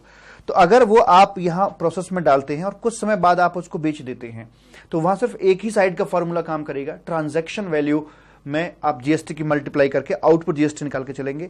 ये जो आप आईटी से रिवर्सल वाला फॉर्मूला यहां पे लगा रहे हैं, ये वाला फॉर्मूला इस पर काम नहीं करके चलेगा। किस पर? Refractory, bricks, moulds, dies, jigs और फिक्चर्स के संबंध में। आई होप ये बात आपको समझ में आ गई होगी। हाँ बोलो। हाँ सर जी। अब देखिए, ध्यान दीजिए, एक तरफ है 18.123 और दूसरी तरफ है 18.456। ये है बात करता है black and white to colour, यानी गांवों से शहरों की तरफ। ये बात करता है शहरों से गांव की तरफ। ओके, यहां कट ऑफ पर क्या होता है, जो भी बचा कुचा होता है उसके संबंध में क्रेडिट बुक करते हो। यहां क्या करते हो, कट ऑफ डेट पर जो भी बचा कुचा है उसके संबंध में एक आउटपुट लायबिलिटी आपको ऐड करनी होती है, एक प्रकार का लायबिलिटी में एडिशन होता है। यहां पर प्रपोर्शन कैसे करते हो, जो इनपुट है उसको क्वांटिटी के आधार पर प्रपोर्शनेट किया जाता है, और जो कैपिटल गुड्स है वो 5% पर क्वार्टर और पार्ट देयर ऑफ के हिसाब से किया जाता है। इनपुट को यहां भी प्रपोर्शन किया जाएगा क्वांटिटी के रेशियो में, और जो कैपिटल गुड्स है 18.4 की बात करोगे तो मंथली प्रपोर्शन है, 18.6 की बात करोगे तो मंथली या क्वार्टरली, जो तुम्हें ठीक लगे करके आ सकते हो। सी इंस्टीट्यूट भी दोनों को वैलिड मानता है और लॉ भी यहां दोनों को वैलिड मान के चलता है, तो जो आपको ठीक हो वो आप यहां पे करके आ सकते हो। तो ये बातें आपको विशेष ध्यान में रख के चलनी है मेरे कबूतर। हाँ बच्चा आजा, आ गए। अब ब्रेक क्यों लेना पड़ता है 1 घंटे में, इसलिए कि बोलते बोलते ना कहीं गति तेज हो जाती है। अब 5 मिनट के ब्रेक से ठहराव आता है और आराम से तसल्ली से बात करते हैं। इसके लिए हम सेक्शन नंबर 17 के 6 सब सेक्शन है, 1 2 3 4 5 6। 5 और 6 के अंदर हम लोग बात करते हैं ब्लॉक्ड क्रेडिट की, the most important discussion. Exam में सेक्शन 17 से आएगा ही आएगा, लिख कर ले लो आप मुझसे, इस सेक्शन में से आएगा ही आएगा। ब्लॉक्ड क्रेडिट की इसमें बात कर रहे हैं, और जो बाकी बचे हुए सेक्शंस हैं 1 2 3 4, उनमें बात की जाती है आपके लिए कि भाई अगर मान लीजिए कुछ एग्जेम्प्टेड में कुछ नॉन एग्जेम्प्टेड में लगाया जाए तो कैसे प्रपोर्शनेट करोगे, या फिर कुछ टैक्सेबल में लगाया जाए कुछ नॉन टैक्सेबल में लगाया जाए तो प्रपोर्शनेट कैसे करके चलोगे। उन तमाम बातों पर इसकी चर्चा करी जाती है। ठीक है, तो यहां पर सबसे पहले आपके सामने आ रहा है ब्लॉक्ड क्रेडिट, और इसमें बात करते हैं पैसेंजर मोटर व्हीकल की। तो पैसेंजर मोटर व्हीकल में सिर्फ और सिर्फ आपकी बात करी जा रही है उन पैसेंजर मोटर व्हीकल की जिसकी कैपेसिटी 13 या उससे कम की है, यानी कि बस या मिनी बस, बस नहीं मिनी बस कह सकते हो, मिनी बस भी नहीं कहोगे आप, कार कहोगे बेसिकली इसे। मतलब आपको यह ध्यान रखना 13% या कम की बात कर रहे हैं, कारों की बात कर रहे हैं। क्या यहां बस के लिए कोई भी डिनाई कर रखा है? The answer is no. अगर कोई व्यक्ति बस खरीदता है और बिजनेस पर्पस के लिए इस्तेमाल कर रहा है तो उसका क्रेडिट डेफिनेटली अवेलेबल यहां पर होकर रहेगा। इसको पढ़ने से पहले, सेक्शन 17(5) को पढ़ने से पहले हमारे पास कुछ थंब रूल भी हैं, इनको ध्यान में रखना बड़ा जरूरी है।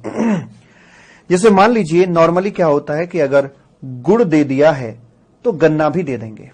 गन्ने से गुड़ बनता है, बहुत ढेर सारे गन्ने को प्रोसेस करके इतना सा गुड़ बनता है। अगर कोई व्यक्ति गुड़ देने की कैपेसिटी रखता है तो क्या वो गन्ने के लिए मना करेगा? The answer is no. दूसरा, अगर गन्ना भी नहीं दिया है तो गुड़ भी नहीं दिया जाएगा, या तो ये है तो ये भी होगा, ये नहीं तो ये भी नहीं होगा। लेकिन कुछ सर्कमस्टांस ऐसे भी आएंगे कि जहां पर गुड़ तो दे दिया जाए, गुड़ तो नहीं दिया जाएगा लेकिन गन्ना जरूर दे देंगे। वो सारी सिचुएशंस बताऊंगा कहां कैसे निकल के आएगा। एक और थंब रूल आता है जैसे को तैसा, टिट फॉर टैट। मतलब कि नॉर्मली कुछ चीजें ऐसी हैं जैसे रेस्टोरेंट की सर्विस हो गई, नॉर्मली इसका क्रेडिट डिनाई किया जाता है, लेकिन अगर लेने वाला रेसिपिएंट खुद सिमिलर बिजनेस में एंगेज्ड हो, जैसी सर्विस वो ले रहा है वैसे ही आगे सप्लाई दे रहा हो, तो उन व्यक्तियों को एक्सेप्शनली वहां पर क्रेडिट अवेलेबल हो जाता है। ठीक है जी। उसके बाद एक और आता है लीगल रिक्वायरमेंट।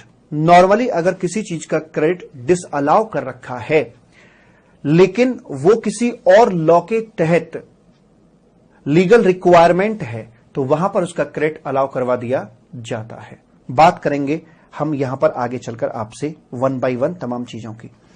तो सबसे पहले बोला है कि कारों का क्रेडिट अवेलेबल नहीं करवाया जाएगा। जैसे मान लीजिए कोई कंपनी है, प्रोवाइज सीए है, और ये अपने बिजनेस पर्पस के लिए कोई कार खरीदती है तो कार का क्रेडिट इसे अवेलेबल नहीं करवाया जाएगा, क्योंकि अगर कंपनीज को कारों का क्रेडिट अवेलेबल करवा देते तो मैं बताऊं, मुझे पर्सनली कारों का बड़ा शौक है। मेरे पास एक नहीं, दो नहीं, पांच कारें हैं।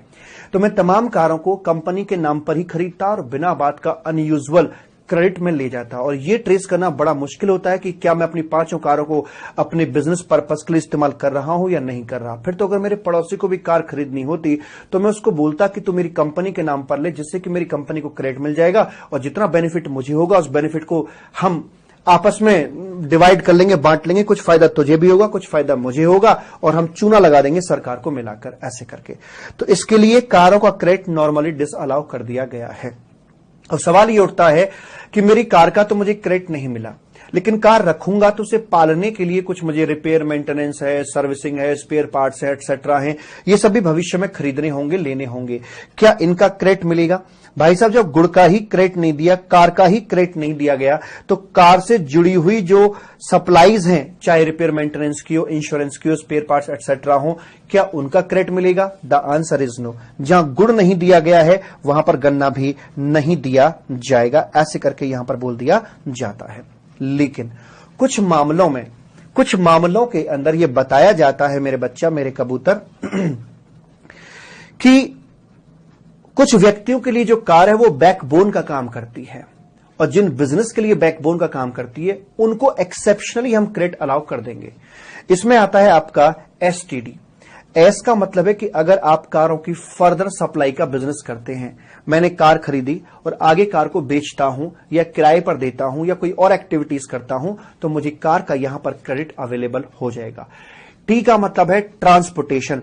अगर मैं ट्रांसपोर्टेशन के बिजनेस में, ट्रांसपोर्टेशन ऑफ पैसेंजर के बिजनेस में एंगेज्ड हूं, टूर एंड ट्रेवल एजेंसी में चलाता हूं, तो कार मेरे बिजनेस के लिए बैकबोन है, उसके बिना मेरा बिजनेस नहीं चल सकता है, तो मुझे उसका क्रेडिट यहां पर अवेलेबल करवा दिया जाएगा।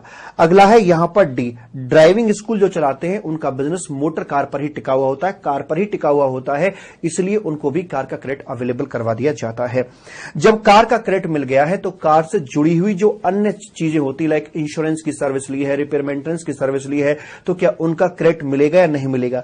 जब पूरी की पूरी कार का क्रेडिट दे दिया, जब पूरा का पूरा गुड़ दे दिया, तो गन्ना देने में भला क्या शर्म आ रही है? तो यानी कि इन व्यक्तियों को कार से जुड़ी हुई सर्विसेज का, इनवर्ड सप्लाई का भी क्रेडिट अवेलेबल यहां पे करवा दिया जाता है। पहले बताइए बात पकड़ में आई या नहीं आई मालिक? Please tell me, waiting for your reply. अगले हेड में बात करते हैं एयरक्राफ्ट की और पानी के जहाजों की। जहाज की बात कर रहे हैं, ध्यान दीजिए, किसकी बात कर रहे हैं? जहाजों की बात कर रहे हैं। यहां पर क्या हमने कोई ट्रक की बात करी है? ट्रक की बात नहीं हुई। ट्रक हमारा ब्लॉक्ड क्रेडिट श्रेणी में नहीं आता है। इसका मतलब ट्रकों का क्रेडिट हमें नॉर्मल तरीके से अलाउ हो जाएगा अगर हम उसे बिजनेस के लिए इस्तेमाल कर रहे हैं। तो जो रिस्ट्रिक्शन है, जो कांटा लगा हुआ है, वो कारों पर और जहाजों पर लगा हुआ है। बाकी किसी और मोटर व्हीकल पे इस तरह से ब्लॉक्ड क्रेडिट की बात नहीं करी गई है, तो उनका क्रेडिट नॉर्मल तरीके से अलाउ होगा, बशर्ते कि वो बाकी सारी कंडीशंस क्रेडिट बुक करने की पूरी करते हों। तो यहां पर बोलते हैं कि नॉर्मली जहाजों का क्रेडिट अवेलेबल नहीं होगा, चाहे वो इंडियन नेवी का जहाज है, चाहे एयरफोर्स का, चाहे अंबानी जी ने अपने लिए जहाज खरीद रखा है, भाई साहब, उनका क्रेडिट उनको अवेलेबल नहीं करवाया जाएगा। यहां तक कि उनका जो रिपेयर मेंटेनेंस है उसका भी क्रेडिट अवेलेबल नहीं करवाया जाएगा, ऐसे करके बोलते थे। लेकिन कुछ लोगों के लिए जहाज जो हैं ये बैकबोन का काम करते हैं इनके बिजनेस के लिए, तो जिनके लिए ये बैकबोन है उनको इसका क्रेडिट अवेलेबल यहां पे करवा दिया जाएगा। जैसे मान के चलिएगा आप further supply of motor vehicle, मतलब जहाजों के आप फर्दर सप्लाई में एंगेज्ड हैं, आपका बिजनेस ही इस चीज का है, तो यहां आपको क्रेडिट अवेलेबल हो जाएगा। मैं जहाज खरीदता हूं, आगे बेचता हूं या फिर आगे किराए पर देता हूं, तो मेरा बिजनेस ही इस चीज का है, तो मुझे इसका क्रेडिट अवेलेबल हो जाएगा। टी का मतलब है ट्रांसपोर्टेशन ऑफ पैसेंजर की अगर मैं सर्विस देता हूं, मैं एयर इंडिया हूं, जहाज खरीदा, ट्रांसपोर्टेशन ऑफ पैसेंजर की सर्विस दे रहा हूं, तो एयर इंडिया को यहां पर क्रेडिट अवेलेबल हो जाएगा। दूसरी बात यह कि पीछे जो बात कर रहे थे, यह बात थी पैसेंजर मोटर व्हीकल की, सिर्फ यहां गुड्स की बात नहीं कर रहे थे, लेकिन जो जहाज हैं, चाहे वो आपका गुड्स के लिए इस्तेमाल होने वाला जहाज हो, चाहे वो पैसेंजर के लिए होने वाला हो, दोनों की बातें करी जा रही हैं। तो यहां पर अगर मैं जहाजों का इस्तेमाल अपने गुड्स ट्रांसपोर्टेशन के लिए करता हूं, तो भी मुझे इसका क्रेडिट अवेलेबल हो जाएगा, ऐसे करके। फॉर पैसेंजर ट्रांसपोर्टेशन हो या फिर मेरा ये गुड्स का ट्रांसपोर्टेशन हो, दोनों में ये अवेलेबल हो जाएगा।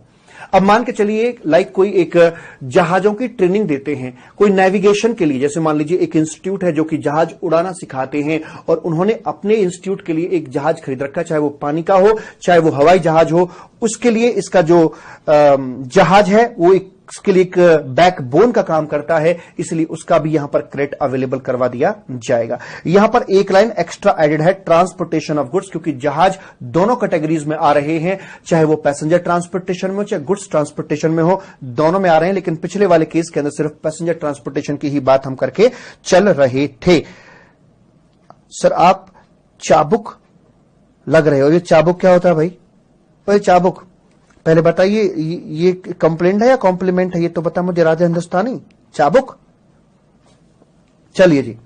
उसके बाद में आगे बात करते हैं मालिक कि जहाजों को, ऑब्वियस सी बात है, अगर जहाजों का हमें क्रेडिट मिल रहा है तो उसके कनेक्टेड जो भी यहां पर हमारी लाइक इसके संबंध में रिपेयर मेंटेनेंस इंश्योरेंस की जो सर्विसेज होंगी उनका भी हमें यहां पर क्रेडिट अवेलेबल करवा दिया जाएगा, ऐसे करके। ठीक है जी, ओके सर। आगे एक बात और निकल कर आती है, ये वाले जो जहाज थे जिनका क्रेडिट हमें अवेलेबल नहीं हुआ था, अंबानी जी को जहाज का क्रेडिट नहीं मिला, तो जहाज का जो इंश्योरेंस होगा, रिपेयर मेंटेनेंस होगा, क्या उसका क्रेडिट मिल जाएगा? सर गुड़ ही नहीं मिला तो गन्ना की भी उम्मीद मत करिएगा। लेकिन इस बात के दो एक्सेप्शन हैं।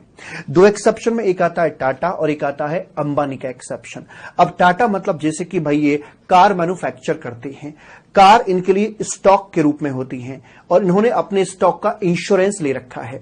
नॉर्मली कारों का क्रेडिट उनको, नॉर्मली ये जो इंश्योरेंस वगैरह होते हैं, कारों का जो इंश्योरेंस का क्रेडिट है ये उनको मिलता है जिनके लिए कार कैपिटल गुड्स के रूप में होती हैं, जिनको ये क्रेडिट कारों का भी मिल जाता है। लेकिन टाटा वालों के लिए तो ये स्टॉक है, तो इसके लिए तो कार का क्रेडिट मिलने का सवाल ही पैदा नहीं होता, क्योंकि क्रेडिट तो उस चीज का मिलता है जो हमारी इनवर्ड सप्लाई होती है, तो कार मैन्युफैक्चर कर रहे हैं तो कारों का तो क्रेडिट बुक करने की बात ही नहीं आएगी। लेकिन कारों का जो इंश्योरेंस करवा रखा है उसका क्रेडिट मिलेगा। The answer is yes. ऐसे ही इंश्योरेंस कंपनी के संबंध में, इंश्योरेंस कंपनी जो होती है वो कारों का इंश्योरेंस करती है, प्रीमियम उसका मुख्य एक्सपेंडिचर होता है और जो क्लेम्स देने पड़ते हैं रिपेयर मेंटेनेंस के वो इनका मुख्य खर्चा यहां पर होता है। तो रेवेन्यू पर जब इनका जीएसटी जा रहा है तो खर्चे पर भी इनको क्रेडिट मिल जाना चाहिए। नॉर्मली कारों के इंश्योरेंस का, रिपेयर मेंटेनेंस एटसेट्रा का क्रेडिट उन्हीं को मिलता है जिनको कारों का क्रेडिट मिला हुआ हो, लेकिन इंश्योरेंस कंपनी का इस कार के क्रेडिट से कोई लेना देना नहीं है क्योंकि कार किसी और की है। बट एक्सेप्शनली इनको इसका यहां पर जो रिपेयर मेंटेनेंस का बिल है इसका क्रेडिट यहां पर अवेलेबल हो जाएगा। तो अंबानी मतलब इंश्योरेंस कंपनी और टाटा मतलब कार मैन्युफैक्चरर। टाटा अंबानी को गन्ना मिल जाएगा, भले ही गुड़ इनके पास में ना हो, भले ही गुड़ ना मिला हो, बट इनको यहां पर गन्ना जरूर दे दिया जाएगा। यही चीज मैं आपको यहां पर समझा रहा था पीछे कि या तो गुड़ मिला है तो गन्ना भी मिलेगा, गुड़ नहीं तो गन्ना भी नहीं। लेकिन टाटा अंबानी के केस में गुड़ तो नहीं है, कार का तो क्रेडिट नहीं मिला, लेकिन उससे जुड़ी हुई जो सर्विसेज हैं उनका क्रेडिट इनको यहां पर अवेलेबल करवा दिया जाता है। ठीक है सर जी। ओके मालिक, आगे बढ़ते हैं प्रभु जी। इसके बाद में फिर आती हैं आपकी पर्सनलाइज्ड लेवल की कुछ एक सर्विसेज यहां पर आ जाती हैं, जैसे कि मान लीजिए फूड एंड बेवरेजेस हो गई, आउटडोर केटरिंग की सर्विस हो गई, लाइक खाओ पियो ऐश करो मित्रों, और आपके ब्यूटी ट्रीटमेंट की सर्विस हो गई, हेल्थ की हो गई, कॉस्मेटिक प्लास्टिक सर्जरी हो गई, लाइफ इंश्योरेंस, हेल्थ इंश्योरेंस। इन सभी में कॉमन क्या है? ये व्यक्तिगत सर्विसेज हैं, मतलब इनका जो रियल कंजम्पशन करने वाला है वो एक इंडिविजुअल होता है। अब ब्यूटी ट्रीटमेंट की सर्विस कोई कंपनी तो नहीं होती ना, कंपनी का तो ब्यूटी ट्रीटमेंट नहीं होता ना, फेशियल मसाज तो एक इंसान का ही होगा ना, तो ये इंसानों से जुड़ी हुई सर्विसेज हैं। तो यहां पर लॉ मेकर कहता है कि भैया ये तो व्यक्तिगत नेचर की है, डायरेक्टर एम्प्लॉय वगैरह ये सब मौज कर रहे हैं, तो कंपनी को हम इसका क्रेडिट अवेलेबल नहीं करवा के देंगे। नो मीन्स नो, क्रेडिट के लिए डिसअलाउ कर दिया जाता है। लेकिन यहां पर कॉन्सेप्ट काम करेगा आपको जैसे को तैसा। जैसे मान लीजिए रेस्टोरेंट की या फूड बेवरेजेस की सर्विसेज का जो क्रेडिट है वो नॉर्मली डिसअलाउ किया जाता है, लेकिन अगर ये सर्विस लेने वाला खुद एक रेस्टोरेंट हो, एक सागर रत्ना रेस्टोरेंट है और वो फूड सप्लाई कर रहा है प्रोवाइस ये एक कंपनी को, तो कंपनी को तो इसका क्रेडिट अवेलेबल नहीं होगा। लेकिन किसी पर्टिकुलर डे पर ज्यादा डिमांड आ जाती है और सागर रत्ना कुछ खाना मंगवाता है वेज इंडिया से, तो यहां ये भी एक रेस्टोरेंट रेस्टोरेंट है, यहां से खाना मंगवाता है, तो जो खाना एक सिमिलर बिजनेस एक्टिविटीज के अंदर सप्लाई किया गया है, वहां पर सागर रत्ना को इसका क्रेडिट अवेलेबल करवा दिया जाएगा। दूसरा, इंसानों का जो इंश्योरेंस यहां पे करवाया जाता है, उस इंश्योरेंस का क्रेडिट नॉर्मली अवेलेबल नहीं होता, लेकिन अगर मान लीजिए केस हो आपका री इंश्योरेंस का, जैसे मान के चलिए अगर डायरेक्टर है प्रोवाइज का, एलआईसी का इंश्योरेंस उन्होंने ले रखा है, बिलिंग कंपनी के नाम पर थी, तो कंपनी को इसका क्रेडिट अवेलेबल नहीं होगा। लेकिन एलआईसी अगर कुछ पार्ट री इंश्योरेंस कर देती किसी दूसरी इंश्योरेंस कंपनी को, तो निश्चित तौर पर दूसरी इंश्योरेंस कंपनी एलआईसी से प्रीमियम चार्ज करेगी, तो उस पर एलआईसी को यहां पर क्रेडिट अवेलेबल करवा दिया जाएगा। इज इट ओके मालिक? अगर हां तो प्लीज मुझे जवाब दीजिएगा, उसके बाद फिर हम चर्चा को और आगे अपना विस्तार से बढ़ाकर चलते हैं। सर ये इंटर वाले भी देख सकते हैं? हां बाबू, 3 सेक्शन 16, 17, 18 ये इंटर वालों के लिए भी हैं, और उन दोनों के लिए फाइनल इंटर दोनों के लिए तीनों सेक्शन समान रूप से एप्लीकेबल होते हैं। तो ये इंटर फाइनल दोनों देख रहे हैं। उसके बाद हमारी यहां पर बात हो जाती है, और उसके बाद फिर हम आगे बढ़ते हैं। लाइक लीगल रिक्वायरमेंट की यहां पर बात आ रही होती है। नॉर्मली क्या होता है कि जैसे मान के चलिएगा कि कुछ एक सर्विसेज हैं, लाइक हम बात कर रहे थे, ट्रैवलिंग की बात कर रहे थे, travel benefits to employ, normally इसका क्रेडिट अवेलेबल नहीं करवाया जाता है, लेकिन अदरवाइज लॉ के द्वारा ये एक नियम बना हुआ है कि अगर मान लीजिए कोई लेडी एम्प्लॉय है और रात के 11 बजे के बाद पिक या ड्रॉप, मतलब उनका नाइट शिफ्ट में ड्यूटीज है, तो उसके लिए एम्प्लॉयर को एक कैब करके देना मैंडेटरी होता है। तो वैसे वाले मामले के अंदर चूंकि अदरवाइज लॉ की रिक्वायरमेंट है, और अगर यहां पर जीएसटी वाले क्रेडिट नहीं देंगे, तो कहीं ना कहीं ये दूसरे लॉ का अपमान कर रहे हैं कि वो तो कह रहा कि नहीं करवाना जरूरी है, और तुम कह रहे हो नहीं ऐसी की तैसी हम क्रेडिट भी नहीं देंगे, मतलब हम मानते ही नहीं इसको। तो इसलिए कहा गया कि अगर किसी अदरवाइज लॉ की रिक्वायरमेंट में आता है तो यहां पर क्रेडिट मिल जाएगा। दूसरा एग्जांपल हेल्थ इंश्योरेंस की बात करते हैं। हेल्थ इंश्योरेंस एम्प्लॉय के लिए ले रखा है, उसका कंपनी को क्रेडिट अवेलेबल नहीं होता है, लेकिन कुछ केमिकल फैक्ट्रीज हैं जहां पर हेल्थ इंश्योरेंस लेना एम्प्लॉयर को मैंडेटरी होता है just because of otherwise law. तो वहां पर उनको अदरवाइज लॉ की लीगल रिक्वायरमेंट है, तो यहां पर उनको इसका क्रेडिट अवेलेबल करवा दिया जाएगा। तो यह था आपका अगला वाला थंब रूल, जहां पर मैं आपसे बात कर रहा था कि नॉर्मली तो कुछ सर्विसेज का क्रेडिट आपको नहीं मिलेगा, लेकिन वो किसी अदरवाइज लॉ की लीगल रिक्वायरमेंट में आता है, तो यहां पर क्रेडिट अवेलेबल करवा दिया जाएगा ऐसे करके। Yes yes sir, Renu Agarwal, yes sir, मैं जानता हूं कि आप ये चाहते हो कि आप हमारा नाम ले लो सर जी। हाँ जी, बहुत खूब खा सर जी। अरे हम तो ऐसे कहते हैं, हमारे साथ रहोगे तो ऐसे ऐश करोगे। हाँ जी। उसके बाद में बात आती है और आगे की तरफ, आगे क्या है, आगे चलिए आगे बात करते हैं वर्क्स कॉन्ट्रैक्ट की। अभी वर्क्स कॉन्ट्रैक्ट मालिक होता क्या है वो पहले मैं आपको बता देना चाहता हूं।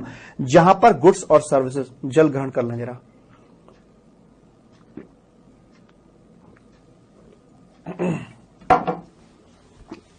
जहां पर आपकी गुड्स और सर्विसेज इकट्ठी वैल्यू पर सप्लाई किए जाते हैं, एंड रिजल्टेंट प्रॉपर्टी आपकी इमूवेबल प्रॉपर्टी होती है, जैसे कि बिल्डिंग बनाने का ठेका, पुल बनाने का ठेका, रोड बनाने का ठेका, पाइपलाइन बिछाने का ठेका, ये सभी के सभी आपके वर्क्स कॉन्ट्रैक्ट कहलाते हैं।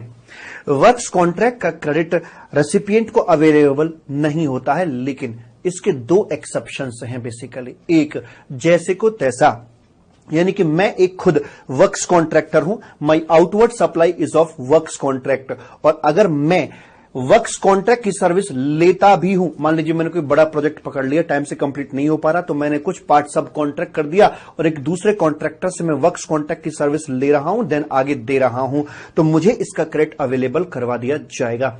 दूसरी एक और बात, मान के चलिए मैं मेरी फैक्ट्री के लिए एक मशीनरी लेकर आता हूं, मशीनरी का मुझे क्रेडिट मिलेगा, यस मिलेगा। उस मशीनरी को इंस्टॉल या इरेक्ट करवाने के लिए सीमेंट कंक्रीट का एक फाउंडेशन मैंने तैयार करवाया, और उसके लिए मैंने वर्क्स कॉन्ट्रैक्ट पे काम करवाया, सीमेंट वगैरह लेबर वगैरह सब उस कॉन्ट्रैक्टर का ही था, उसने फाउंडेशन तैयार कर दिया। इस वर्क्स कॉन्ट्रैक्ट की सर्विस का मुझे क्रेडिट मिलेगा या नहीं मिलेगा? मैं कैपिटल गुड्स मशीनरी का तो क्रेडिट दे रहा हूं, लेकिन मशीनरी के संबंध में जो इंस्टॉलेशन के लिए मैंने वर्क्स कॉन्ट्रैक्ट की सर्विस ली, उसका क्रेडिट ना मिले, ये तो गजब हो जाएगा साहब। तो इसलिए कहा कि अगर गुड़ दे दिया है, मशीनरी तक का क्रेडिट दे दिया, तो उससे कनेक्टेड जो वर्क्स कॉन्ट्रैक्ट की सर्विस ली है उसका क्रेडिट क्यों नहीं दे रहे हो। तो अगर गुड़ दे दिया है तो गन्ना भी दे दिया जाएगा। तो वर्क्स कॉन्ट्रैक्ट के हुए दो एक्सेप्शन, एक अगर ये कैपिटल गुड्स के संबंध में है और दूसरा जैसे को तैसा के संबंध में है तो क्रेडिट मिल जाएगा, अदरवाइज आपको क्रेडिट नहीं मिलेगा। याद रखना सिर्फ दो चीजों के संबंध में एक्सेप्शन है वर्क्स कॉन्ट्रैक्ट का, एक कैपिटल गुड्स और दूसरा हो गया आपका यहां पर जैसे को तैसा के संबंध में। व्हाट अबाउट बिल्डिंग मटेरियल और कंस्ट्रक्शन? अगर मैं वर्क्स कॉन्ट्रैक्ट की सर्विस को खोल देता हूं तो इसमें दो एलिमेंट निकलते हैं, एक बिल्डिंग मटेरियल, सीमेंट, सरिया एटसेट्रा ये सब निकलता है और दूसरा इसमें लेबर कंपोनेंट यानी कंस्ट्रक्शन सर्विस निकल के आती है। तो जो ट्रीटमेंट बेसिकली वर्क्स कॉन्ट्रैक्ट को दिया गया वैसा ही ट्रीटमेंट यहां पर भी दिया गया है। कहने का मतलब यह है कि नॉर्मली बिल्डिंग मटेरियल और कंस्ट्रक्शन सर्विस का क्रेडिट अवेलेबल नहीं होता है। मेरा अपना ऑफिस है, ऑफिस में एक कमरा मुझे एक्स्ट्रा बनवाना था, उसके लिए बिल्डिंग मटेरियल लेकर आया, सीमेंट सरिया, क्रेडिट नहीं मिलेगा। कंस्ट्रक्शन की सर्विस लिए मुझे क्रेडिट नहीं मिलेगा। लेकिन एक्सेप्शन है इसके दो एक्सेप्शंस में जैसे को तैसा। अगर मान लीजिए यहां पर एक कंस्ट्रक्शन कंपनी है, मेरी आउटवर्ड सप्लाई कंस्ट्रक्शन की है और मैं कंस्ट्रक्शन की सर्विस ले रहा हूं तो मुझे क्रेडिट मिल जाएगा। दूसरा, मेरा बिल्डिंग मटेरियल का व्यापार है, बिल्डिंग मटेरियल आउटवर्ड सप्लाई, अगर मैं बिल्डिंग मटेरियल खरीद रहा हूं तो मुझे इसका क्रेडिट अवेलेबल हो जाएगा। जैसे को तैसा वाले केस में क्रेडिट अवेलेबल करवा दिया जाएगा। दूसरी बात, कैपिटल गुड्स के संबंध में एक मशीनरी लेकर आता हूं, मशीनरी का तो क्रेडिट मुझे मिल जाता है। मशीनरी को इंस्टॉल या इरेक्ट कराने के लिए सीमेंट सरिया लेकर आया, कंस्ट्रक्शन की सर्विस लेकर आया, इन सब का भी मुझे क्रेडिट मिलना चाहिए कि नहीं मिलना चाहिए। गुड़ का तो क्रेडिट दे दिया, मशीनरी का तो क्रेडिट दे दिया, मशीनरी से जुड़ी हुई चीजों को क्रेडिट नहीं दोगे, देना चाहिए। गुड़ दे दिया है तो गन्ना भी दे देंगे, दिल दे दिया है जहां तुम्हें देंगे, मना नहीं करेंगे, ऐसे करके बोल दिया जाता है। तो गुड़ दे दिया है तो गन्ना भी दे दिया जाएगा। मशीनरी का क्रेडिट दे दिया है तो मशीनरी से जुड़ी हुई कंस्ट्रक्शन और बिल्डिंग मेटल्स का भी क्रेडिट अवेलेबल करवा दिया जाएगा। I got 70 marks, that's great Piyush, you are genius. Sir उसके बाद आगे निकल के आती हैं बातें यहां पर मालिक कॉम्पोजिशन डीलर की। ये वो लोग होते हैं जो कसम खाते हैं कि ना खाएंगे ना खाने देंगे, ना तो हम क्रेडिट बुक करेंगे और ना ही हमारे डॉक्यूमेंट के दम पर सामने वाला व्यक्ति क्रेडिट बुक कर पाएगा। अर्थात composite dealer is not entitled to book the credit in his books of account. और आगे वो अपने कस्टमर को देता है bill of supply rather than invoice, उसके अंदर वो जीएसटी चार्ज करने का अधिकारी नहीं होता। तो इनका जो रेसिपिएंट होगा उसको भी क्रेडिट अवेलेबल नहीं करवाया जाता है। ना खाते हैं, ना खाएंगे, ना खाने देंगे। आगे बात करते हैं नॉन रेजिडेंट टैक्सेबल पर्सन की। ये विदेशी बंजारे होते हैं जो टेम्परेरी इंडिया में व्यापार करने के लिए आते हैं। तो जब ये गुड्स लेकर आते हैं तो इन्हें कस्टम्स पर आईजीएसटी का पेमेंट करना होता है। बस आईजीएसटी का एक क्रेडिट मिलेगा इनको, बाकी कोई और क्रेडिट नहीं दिया जाएगा। हालांकि इस तरह का प्रतिबंध अपने देसी बंजारों को ऊपर नहीं है, कैजुअल टैक्सेबल पर्सन के ऊपर इस तरह का प्रतिबंध नहीं होता है। आगे कुछ मिसलेनियस बात की जाती है कि अगर हम कोई इनवार्ड सप्लाई लेकर आते हैं और उसे पर्सनल कंजम्पशन में इस्तेमाल कर लेते हैं, चोरी चकारी हो जाती है, डिस्ट्रॉय हो जाता है, मतलब बिजनेस पर्पस के लिए अल्टीमेटली इस्तेमाल नहीं हो पाया, मुझे उसका भी क्रेडिट यहां पर अवेलेबल नहीं करवाया जाएगा। या फ्री सैंपल की बात करते हैं, ध्यान रखना फ्री सैंपल में दो बातें होती हैं। नंबर एक, अगर आप फ्री सैंपल का मतलब एफओसी डिस्ट्रीब्यूशन आप कर रहे होते हो, आपने यहां पर क्रेडिट अवेलेबल नहीं कराया, आपने आईटीसी बुक नहीं किया है, तो क्या आउटवर्ड साइड पर यह आपकी सप्लाई बनेगी? The answer is no. Outward supply chapter में एक चीज देखते हैं, permanent transfer of business asset, जिसके संबंध में आईटीसी ले रखा हो। तो यह आपका एफओसी हुआ है, परमानेंट ट्रांसफर हुआ, लेकिन आपने आईटीसी नहीं लिया था, तो यह आपका सप्लाई नहीं बनेगा और न ही आपकी आउटपुट जीएसटी लायबिलिटी बनेगी। तो सैंपल जो बांट रहे हो उस पर क्रेडिट नहीं लिया है तो no ITC and no output GST. But अगर आप क्रेडिट लेकर बैठे हैं तो वैसे वाले मामले के अंदर क्या करवाया जाएगा, फिर आपने यहां पर एफओसी से सप्लाई किया है, फ्री सैंपल डिस्ट्रीब्यूशन आपने यहां पे करवाया है, तो permanent transfer of business asset आपका ये हो जाएगा, जिसके संबंध में आईटीसी ले चुके हो तो आपका ये सप्लाई बन जाएगा और आउटपुट जीएसटी लायबिलिटी भी आपकी आ जाएगी। तो अगर आप क्रेडिट लेते हो तो आउटपुट जीएसटी भरना पड़ेगा, नहीं लेते हो तो आउटपुट जीएसटी भी आपको नहीं भरना पड़ेगा। चॉइस आपकी, जो ठीक लगे वो आप यहां पर कर सकते हैं। ये है आपके सेक्शन नंबर 17(5) और सेक्शन 17(6) करके यहां पर कंप्लीट हो जाते हैं। और हम अब बात करते हैं सेक्शन नंबर 17(1), 2, 3 एंड 4 की। चलें? हाँ जी चलिएगा।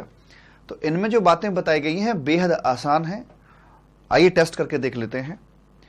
सेक्शन 16 ने यह कहा था कि क्रेडिट अगर आपको बुक करना है तो आपकी जो इनवार्ड सप्लाई आप ले रहे हो वो बिजनेस पर्पस के लिए इस्तेमाल होनी चाहिए। अगर वो बिजनेस पर्पस के लिए इस्तेमाल ना होकर नॉन बिजनेस पर्पस के लिए इस्तेमाल होती है, या ये कहूं कि पर्सनल पर्पस के लिए इस्तेमाल होती है, तो आप बताइए क्या क्रेडिट मिलना चाहिए? घर में पूछकर किसी से बताइए क्या क्रेडिट मिलना चाहिए? नहीं मिलना चाहिए, क्योंकि बिजनेस टैक्स दे रहे हैं तो बिजनेस के लिए अगर इस्तेमाल होगा तो हमें कुछ क्रेडिट मिलेगा ना। लेकिन अगर सवाल ये उठे कि मान लीजिए 100 किलोग्राम का मटेरियल लेकर आते हैं और इसमें से हमने 40 किलोग्राम लगाया बिजनेस पर्पस के लिए, 60 किलोग्राम लगा दिया नॉन बिजनेस पर्पस के लिए, तो बताइए हमें अल्टीमेटली कितना क्रेडिट मिलेगा? सर प्रपोर्शनेट कर देंगे, क्या दिक्कत वाली बात है? सिर्फ हमें 40 किलोग्राम के संबंध में जो क्रेडिट बनता है उतना ही दिया जाएगा। शाबाश, बहुत ही बढ़िया बात है साहब जी। और अगर पूरा का पूरा बिजनेस में लगाया तो पूरा मिल जाएगा, पूरा का पूरा नॉन बिजनेस में लगाया तो कुछ भी ना मिलेगा। बस लीजिए, ये बात तो खत्म हो गई। तो यहां कहते हैं कि where any inward supply used for business purpose, पूरा मिलेगा। अगर नॉन बिजनेस पर्पस है बिल्कुल भी ना मिलेगा। और अगर यूज्ड कॉमनली है तो फिर वहां पर प्रपोर्शनेट आईटीसी हमें अलाउ कर दिया जाएगा। ठीक, अच्छा। दूसरी बात, हम ये बात तो अच्छे से और भली और भांति जानते हैं कि जो हमारी सप्लाईज होती है ना भाई मेरे, वो 3 प्रकार की होती हैं। आउटवर्ड सप्लाई, पूछिए कौन कौन सी? बताए रहे हैं, रुकिए जरा। आउटवर्ड सप्लाई के अंदर एक आती है हमारी यहां पर एग्जेम्प्टेड सप्लाई, एक टैक्सेबल सप्लाई और एक अपनी जीरो रेटेड सप्लाई। एग्जेम्प्टेड में वही नील रेटेड हो गया, नॉन टैक्सेबल हो गया, 100% की एग्जम्पशन नोटिफिकेशन से शिकार हो गया, वो एग्जेम्प्टेड होती हैं। जिसपे जीएसटी बनता है वो टैक्सेबल होती है, और जिनको एक्सपोर्ट कर देते हैं उनको यहां जीरो रेट बोल दिया जाता है। अगर मैं ऐसे नाम दूं उनको कि भैया एग्जेम्प्टेड तो ये है, ठीक है, और अच्छा आईटीसी का क्या सीन रहता है? सर देखो, एग्जेम्प्टेड के संबंध में यहां जीएसटी नहीं होता है, तो मुझे खून दो मैं तुम्हें आजादी दूंगा, खून नहीं तो आजादी नहीं, तो इसका आईटीसी भी यहां पर अवेलेबल नहीं होगा। Very simple.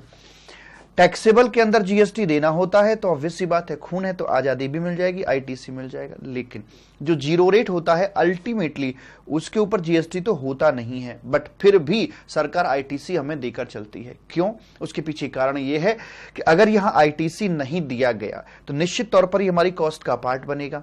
कॉस्ट का जब पार्ट बनेगा तो हमारी फाइनल प्रोडक्ट की वैल्यू भी बढ़कर निकल कर आ रही होगी, और जब बढ़ के निकल के आ रही होगी तो इंटरनेशनल मंडी में हमारा प्रोडक्ट महंगा हो जाएगा। और ये वाला जो टैक्स था इंडियन टैक्स, इसका लोड भी ओवरसीज कस्टमर पर शिफ्ट हो जाएगा, जो कि गलत है। हम ऐसा कभी नहीं चाहते। हम नहीं चाहते कि इंडियन टैक्स एक्सपोर्ट हो, इंडियन टैक्स इंडिया के बाहर जाए। इंडियन तो इंडिया में रहेगा ना, अगर इंडियन टैक्स है तो इंडिया में रहेगा ना, वो बाहर क्यों जाएगा? बाहर के कस्टमर को क्यों अट्रैक्ट करेगा? तो वैसी वाली बात यहां पर बोली जाती है। तो मोटे शब्दों में इतना बोलूं कि चलूं मैं अपनी बात को कि देखिए, अगर एग्जेम्प्टेड है तो आईटीसी नहीं मिलता, टैक्सेबल और जीरो रेट में आईटीसी दे रहे हैं, तो इसको हमने इकट्ठा मिलाकर बोल दिया नॉन एग्जेम्प्टेड, कि जो एग्जेम्प्टेड में नहीं आता है। तो एग्जेम्प्टेड का नहीं मिलेगा, नॉन एग्जेम्प्टेड का अवेलेबल करवा दिया जाता है। Very good. लेकिन अगर हम मिक्स यूज कर रहे हो तो कि 100 किलोग्राम मटेरियल लेकर आते हैं और उसे हम एग्जेम्प्टेड और नॉन एग्जेम्प्टेड दोनों में लगाते हैं, 60 किलोग्राम एग्जेम्प्टेड में लगाया, 40 किलोग्राम नॉन एग्जेम्प्टेड में लगाया, तो 60 किलोग्राम तक का हमें आईटीसी अवेलेबल नहीं होगा। बाकी जितना नॉन एग्जेम्प्टेड में है उतने का आईटीसी अवेलेबल करवा दिया जाएगा। प्रपोर्शनेट करके चलेंगे। सर अगर कैपिटल गुड्स हो तो वहां भी प्रपोर्शनेट किया जाएगा, लेकिन प्रपोर्शन का तरीका क्या होगा, एक एक बात को बारीकी समझाने के लिए आते हैं रूल 42 और 43। और मजे की बात यह है कि ये दोनों रूल आपके सिलेबस का हिस्सा नहीं है। लास्ट टाइम सी इंस्टीट्यूट ने मना कर दिया था कि इनमें थोड़ा टेक्निकलिटी का मामला फंस जाता है रूल 42 और 43 में, तो बच्चे भी छोटे हैं तो अभी इनसे नहीं पूछेंगे हम। फाइनल में जब पहुंच जाओगे तो रूल 42 और 43 में सिखाया जाता है कि प्रपोर्शन कैसे किया जाता है। तो 2.5-3 पेज का अच्छा खासा उसका एक टेक्निकल एनालिसिस है जो फाइनल की किताबों में दे रखा है, आपके लिए नहीं, आप छोटे बच्चे हो इसलिए। ठीक है, अब आगे क्या साहब? तो ये हमारी बात हो गई यहां पर कि अगर नॉन एग्जेम्प्टेड में है तो भैया जी नॉन एग्जेम्प्ट मतलब ये वाला, तो इसमें पूरा का पूरा अलाउ हो जाएगा। एग्जेम्प्टेड में बिल्कुल ना मिलेगा, और अगर कॉमन यूसेज है तो प्रपोर्शनेट वहां पर दे दिया जाएगा। प्रेम से बोलेंगे राधे राधे। तो हमें ये एक्चुअल बेसिस पे या जैसे भी एक प्रपोर्शन करना होता है। अब इस प्रपोर्शन के चक्कर में पता है जो बैंकिंग सेक्टर है ना, बैंकिंग सेक्टर तो ढेरों प्रकार की टैक्सेबल सर्विसेज और ढेरों तरह की एग्जेम्प्टेड सर्विस देते हैं, और इतना बड़ा दायरा होता है, तो उनके लिए एक सहूलियत यहां पर दी गई है। क्या कि इफ यू आर एंगेज्ड, अगर आपकी कुछ सर्विसेज एग्जेम्प्टेड हैं और कुछ आपकी टैक्सेबल हैं, और आप ये चिल्लर चाशनी में नहीं पड़ना चाहते हो, तो हम आपको एक ग्रॉस वे दे रहे हैं, एक ऑप्शन दे रहे हैं। अच्छा लगे आजा, नहीं तो बच के तू निकल ले। जय माता के भक्त हैं और वादों के सख्त हैं। क्या? वो ये कि आधा लो और आधा छोड़ो।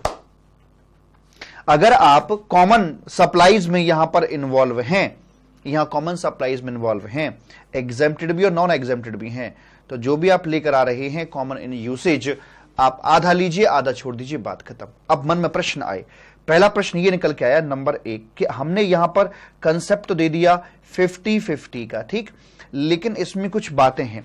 अगर मान लीजिए कोई सप्लाई एक्सक्लूसिवली एग्जेम्प्टेड के लिए आई हुई है तो, है ना भाई, मान लो एक्सक्लूसिव, भाई कुछ सप्लाई जैसे मान लीजिए ये आपकी यहां पर एग्जेम्प्टेड सप्लाई है, ये आपकी यहां पर नॉन एग्जेम्प्टेड सप्लाई है।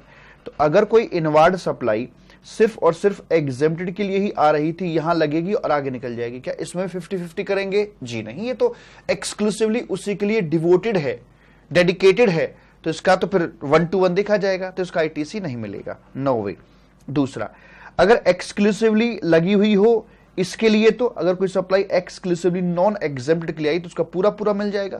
भाई 50-50 है उसमें जहां पर हमारी कॉमन यूसेज आती है मेरे कबूतर, बात तो ठीक है बिल्कुल सर, जो कॉमन यूसेज है उसमें 50-50। सर जो नेगेटिव वाली है, अरे नेगेटिव वाली में तो मिलता ही नहीं है उनका, तो जो सेक्शन 17 सबसेक्शन 5 में हमने देखा, जब मिलता ही नहीं है तो आप क्या लोगे? 50 भी कैसे ले सकते हो आप? उसका तो एक ढेला नहीं मिलता। तो जिसका मिल सकता है, जो क्रेडिट आपको मिल सकता है और वो कॉमन में इस्तेमाल कर रहे हो, तो वहां पर 50-50 किया जाएगा। लेकिन एक बात याद रख के चलना कि भले ही कॉमन सप्लाई ले रहे हो, लेकिन वो कॉमन सप्लाई अपनों के लिए है, एक ये वाला नहीं, ये तो 50-50, ये कॉमन सप्लाई तो 50-50 करवा दिया जाएगा। लेकिन इस बात का एक्सेप्शन यहां पर एक ये है कि अगर डीम्ड डिस्टिंक्ट से ले रहे हो, एक ब्रांच दूसरी ब्रांच से सप्लाई ले रही है, तो भले ही वो कॉमन सप्लाईज क्यों ना हो, वहां पर आपको फुल आईटीसी अवेलेबल करवाया जाएगा। इसके पीछे का कारण क्या है कि ऐसा क्यों करवाया गया है, मैं आपको बतलाता हूं। देखिए, जब ट्रांजैक्शन डीम्ड डिस्टिंक्ट के बीच में होती है, तो यहां पर वास्तव में तो ये अपनों के बीच में ही ट्रांजैक्शन हो रही है, लेकिन फिर भी सरकार इसे यहां पर सप्लाई बनाती है और इसके ऊपर जीएसटी लगाती है, और सामने वाला जो व्यक्ति वो आईटीसी बुक कर लेता है, तो प्रैक्टिकली गवर्नमेंट को यह रेवेन्यू मिलता ही नहीं है। तो जो टैक्स पेयर ने दलील दी थी कि भाई ये तो अपने ही लोग हैं, आपस में सर्विस एक ब्रांच दूसरी ब्रांच को दे रही है, तो why are you imposing GST? यार क्यों कर रहे हो ऐसा, मत लो जीएसटी। गवर्नमेंट ने कहा सुनो, बात तुम्हारी ही रखेंगे लेकिन तरीके हमारे होंगे।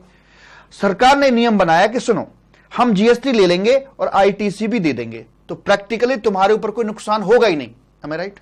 हम यहां पर जीएसटी लगाएंगे भी और सामने वाले को आईटीसी दे देंगे, तो देखा जाए तो प्रैक्टिकली आपके ऊपर जीएसटी का लोड आया ही नहीं और हमें भी कोई वास्तव में रेवेन्यू नहीं मिला, क्योंकि जो मिला वो आईटीसी के रूप में दे दिया। अब तो फिर कराई क्यों आपने नाटक ये? जब ना तुम्हें कुछ फायदा है ना हमें कुछ नुकसान है, तो फिर ये करा क्यों? गवर्नमेंट कहती है बेटा, दो में से कुछ एक चीज चाहिए, या तो रेवेन्यू दे जा, और रेवेन्यू नहीं तो कम से कम कंट्रोल चाहिए। हम किसी भी डिस्टेंस को, किसी भी लैग को ब्लैंक नहीं छोड़ सकते। हम रास्ता हर जगह बनाएंगे, भले ही गाड़ियां चले या ना चले, कनेक्टिविटी जरूर देंगे, कहीं से कोई लूप होल क्रिएट ना हो जाए। भले ही रेवेन्यू नहीं आ रहा, भले ही बिना बात की एक्सरसाइज हो रही है, पर करेंगे, कंट्रोल तो है कम से कम। तो इस ट्रांजैक्शन पे गवर्नमेंट का ऑब्जेक्टिव रेवेन्यू कमाना था ही नहीं। दरअसल यहां तो जीएसटी प्रैक्टिकली लगना ही नहीं चाहिए था। तो इसलिए अगर यहां से जो ली हुई सप्लाई है वो कॉमन यूसेज में भी आ रही है, तो गवर्नमेंट उसे न्यूट्रलाइज करना चाहती है, जीएसटी के दायरे से बिल्कुल ही हटाना चाहती है। इसलिए कहा कि यहां पर पूरा का पूरा आईटीसी दिलवाया जाएगा। ये स्पेशल केस है क्योंकि अपनों के बीच में मामला है, यहां ऑब्जेक्टिव रेवेन्यू का था ही नहीं। हम तो ये थॉट लेके चले थे कि यार जीएसटी का लोड आना ही नहीं चाहिए, तो अगर आज आधा क्रेडिट मिलेगा आधा नहीं मिलेगा तो भैया जीएसटी का लोड तो आधा तो पड़ ही जाएगा ना, दिक्कत हो जाएगी ना वहां पे आके। तो वैसी वाली बात यहां पर मालिक बोली जाती है। तो क्या सीखा? नंबर 1, एक्सक्लूसिवली एग्जेम्प्टेड में लग रहा है, पूरा मिलेगा। एक्सक्लूसिवली नॉन एग्जेम्प्टेड में लग रहा है, नहीं, आई रिपीट, एक्सक्लूसिवली एग्जेम्प्टेड में लग रहा है, बिल्कुल ना मिलेगा। एक्सक्लूसिवली नॉन एग्जेम्प्टेड में लग रहा है, पूरा मिल जाएगा। कॉमन यूसेज में लग रहा है, तो यहां जो प्रोपोर्शनेट करते थे एक्चुअल बेसिस पर, तो वहां रफ मेथड दे दिया 50-50, आधा ले ले आधा छोड़ दे। लेकिन ध्यान रखना, अगर यही बात डीम डिस्टिंक्ट के बीच में हो रही हो तो भले ही कॉमनली क्यों ना हो, 100% क्रेडिट वहां पर दिया जाएगा। यहां 50-50 की बात नहीं होगी। प्रेम से बोलेंगे राधे राधे। उसके बाद रूल नंबर 42-43 उसकी डिटेल लेकर आते हैं, पर ये जो 42-43 हैं ये आपके नॉट इन सिलेबस, और यहां पर बता रखा है कि किनको हम एग्जेम्प्टेड सप्लाई बोलेंगे और किनको एग्जेम्प्टेड सप्लाई नहीं बोला जाएगा। हालांकि ये एग्जेम्प्टेड बोला जाना और ना बोला जाना ये रूल 42 और 43 के लिए होता है। तो बेसिकली ये चीज आपके लिए है ही नहीं मेरे बच्चा, क्योंकि ये आपके सिलेबस का हिस्सा नहीं, तो आप इसे काटा मार सकते हैं ऐसे करके। मेरा तो मन नहीं माना, टेबल दे दी मैंने बना के, बाकी तो इसकी आवश्यकता आपको नहीं है। ठीक है, तो यहां पर आकर हमारी बातें संपन्न हो जाती हैं और प्रेम से बोलेंगे राधे राधे। सर फिर भी एक बार ऐसे हल्का सा बता दो, चल तुम्हारी मर्जी है, एग्जाम के लिए तो नहीं है। देखो ये तो आप जानते ही हो, 100% एग्जम्पशन वाली, नील रेटेड वाली और ये नॉन टैक्सेबल, ये एग्जेम्प्टेड हैं। ये जो चीजें थी एग्जेम्प्टेड नहीं होती, लेकिन इनको भी एग्जेम्प्टेड बना दिया जाता है वैसे करके। पर क्यों दिमाग लगा रहे हो, एग्जाम टाइम है यार, छोड़ो, आपके लिए नहीं है तो इसे नहीं है, दैट्स इट। ठीक है, तो यहां पर आकर चैप्टर होता है समाप्त। और मेरे बच्चा मैं आपको बता दूं, राधा रानी कृपा आपके ऊपर सदा सदा यूं ही बनी रहे। इन्हीं कामनाओं के साथ आपसे लेते हैं विदा। बाय है, टाटा है और लव यू है, बाय बाय।